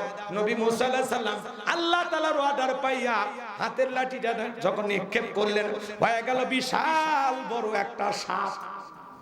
এই বিশাল বড় সাপ দেখে ফিরাউনের যত অনুসারী ছিল সমস্ত অনুসারীরা মাথা নষ্ট হয়ে গেছে। তখন তারা বলতেছে যে এটা কি দেখলাম? নবী মুসা আলাইহিস সালাম যে শোনেন, লাঠি ফেলা মাত্রই সাপের ঠোঁটটা নিচুতে, উপরের ঠোঁটটা 80 ফিট উঁচুতে, এক নিঃশ্বাসে জাদুর সমস্ত বান খায়। ডেকে বলে, ফেরাউন আরো কি আছে? এই দৃশ্য দেখে ফিরাউনের পিছনের রাস্তা দিয়ে গরম হাওয়া বের হয়ে গেছে। আর জাদুকররা এদিকে খেয়াল করে বুঝতে পেরেছে নবী মুসা আলাইহিস সালাম যেটা দেখাছে এটা জাদু না, এটা জাদুর দাদু। আল্লাহু আকবার বল। কারণ ডাক্তার চেনে, ইঞ্জিনিয়ার চেনে, নেতা চেনে, হুজুর চেনে, স্বর্ণকারকে চেনে। যাই যে কাজের কাজী দেখে বলে, আমিও যা তুমিও তাই। তো জাদুকররা বুঝতে পেরেছে নবী মুসা যেটা দেখাছে এটা জাদু না, এটা আল্লাহর কুদরতি শক্তি। বলুন না সুবহানাল্লাহ। এইবার সমস্ত জাদুকররা কি করলেন? ওয়া উলকিয়াস সাহারাতু সাজিদিন, সিজদায় মাথা নত করলেন, ঘোষণা করলেন, ক্বালু আমান্না বিরাব্বিল আলামিন রব্বি মুসা ওয়া হারুন। বলুন সুবহানাল্লাহ। তখন তারা বলে, আমার ঈমান আনলাম বিশ্বের রবের প্রতি, যিনি মুসা এবং হারুনের প্রতিপালক। বলুন আল্লাহু আকবার। সমস্ত জাদুকররা তখন ঈমান গ্রহণ করলো। বাজান গো আমার, এইবার ফিরাউন এই দৃশ্য দেখে বলে, শোনো, আমার অনুমতি ছাড়া ঈমান গ্রহণ করলা, তোমাদের সাহস তো কম নয়। আমি তোমাদের শুলিতে চড়াবো, ফাঁসিতে ঝুলাবো, হাত পা কেটে নেব। ঈমানদার ডেকে বলে, তোর মতো জালেমের পক্ষে থাকে বাঁচার চাইতে ঈমান গ্রহণ করে মরাই ভালো। বলুন সুবহানাল্লাহ। মানুষ দলে দলে কালেমা পড়ে মুসলমান হন, অনেক লম্বা ঘটনা। এইবার চলেন ফাইনাল খেলা। নবী মুসা আলাইহিস সালাম এবং তার উম্মতদেরকে ফিরাউন তিন দিক দিয়ে আক্রমণ করেছেন। বাজার নবী মুসা আলাইহিস সালামের উম্মতেরা দৌড়াইতে দৌড়াইতে লোহিত সাগরের একেবারে নিকটবর্তী চলে গেছে। এইবার ডেকে বলে, ও নবী মুসা, হয় দরিয়ার পানিতে ডুবে মরা লাগবে, আর না হয় জালেমদের হাতে মরা লাগবে। নবী মুসা আলাইহিস সালাম ডেকে বলে, এখানে শুধু আমরাই নাই, আমাদের সাথে আরেকজন আছেন। তিনি কে? আল্লাহ ডেকে বলে, পয়গাম্বর, ওই হাতের লাঠিটা দিয়া সমুদ্রে পানিতে আঘাত করো। আঘাত করা মাত্র আল্লাহ ভিআইপি রাস্তা বানায় দিলেন। সুবহানাল্লাহ বলেন।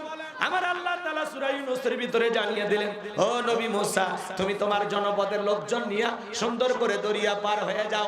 নবী মুসা আলাইহিস সালাম তার অনুসারী উম্মতদেরকে নিয়ে আল্লাহ তৈরি করা ভিআইপি রাস্তা দিয়ে দরিয়া পার হয়ে গেলেন। এইবার ফিরাউন তার সঙ্গ বাঙ্গ ক্যাডার মাস্তান সবাইকে সঙ্গে নিয়ে এসে বলে, এই রাস্তা দিয়ে চলে গেছে, সবাই ওঠো। ফিরাউন মনে করছে বাপের তৈরি করা রাস্তা, একই রাস্তা ঈমানদারদের জন্য নিরাপদ আর জালেমদের জন্য গজব। শোনেন শোনেন শোনেন, ওই রাস্তায় উঠে যখন ওরা দরিয়ার মধ্যবর্তী স্থানে চলে গেছে, আল্লাহ তখন ডেকে বলে, পানি রে, তুই তোর খেলা দেখা। সমুদ্রের বুকে উতাল পাতাল ঢের সৃষ্টি হয়ে গেল। এইবার বাজান গোমার সমুদ্রের ঢের পানিতে ফিরাউনের চেলা চামুন্ডা যা ছিল সব চুপে মরিয়া শেষ। একজনও বেঁচে নাই, সবগুলোই মারা গেছে। বেঁচে আছে খালি বড়টা কি? ফিরাউন তখন মরার আগে কি নাটক করে? ক্বালা আমানতু আন্নাহু লা ইলাহা ইল্লাল্লাযী আমানাত বিহি বানু ইসরাঈলা ওয়া আনা মিনাল মুসলিমিন। ফিরাউন বলে, আল্লাহ আমি ঈমান আনলাম, তুমি ছাড়া কোনো মাবুদ নাই। বনি ইসরাঈল যে আল্লাহর প্রতি ঈমান আনিয়েছে, আমিও সে আল্লাহর প্রতি ঈমান আনলাম। ওয়া আনা মিনাল মুসলিমিন, আল্লাহ আমি মুসলমান হয়ে গেছি। আর সুবাস না, আর সুবায় না। ফিরাউন কি নাটক করেছে মরার আগে, এজন্য দেখবে শেষ সময় যারা নাটক করে বুঝবেন ভেজাল আছে। কথা নাটক দেখেননি? ভেজাল আছে। উনি নিজে দোয়া করছিল, আল্লাহ আপনারা আল্লাহ আল্লাহ করেন, আল্লাহ যেন এই জালেমদের হাত থেকে আপনাদেরকে বাঁচায়। আরে ওনার দোয়া যে এইভাবে কবুল হবে আমরা ভাবিনি। কি কবুল হয়নি? উনি নিজে দোয়া করছে।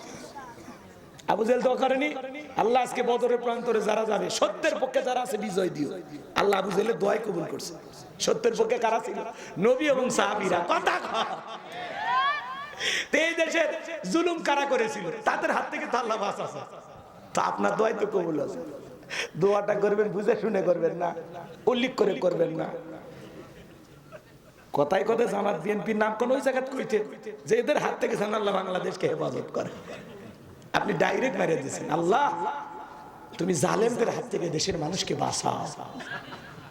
সেই দোয়া গো লাগে গেছে। রাগ করে চলেন চলেন, শেষ কথাটা বলে দিয়ে যায়। ফেরাউন যখন আল্লাহ করছে, আল্লাহ আমি মুসলমান হয়েছে, আত্মসমর্পণ করছি, আর পানি খাওয়ায় না। আল্লাহ তখন কি ঘোষণা করলো? ওর ঈমানকে আল্লাহ কবুল করছিল না। আল্লাহ তখন ডাইরেক্ট সুন্দর করে জবাব দিয়ে বলেছিলেন, আল আনা ওয়াকাদ আসাইতা ক্বাবলু ওয়া কুনতা মিনাল মুফসিদিন।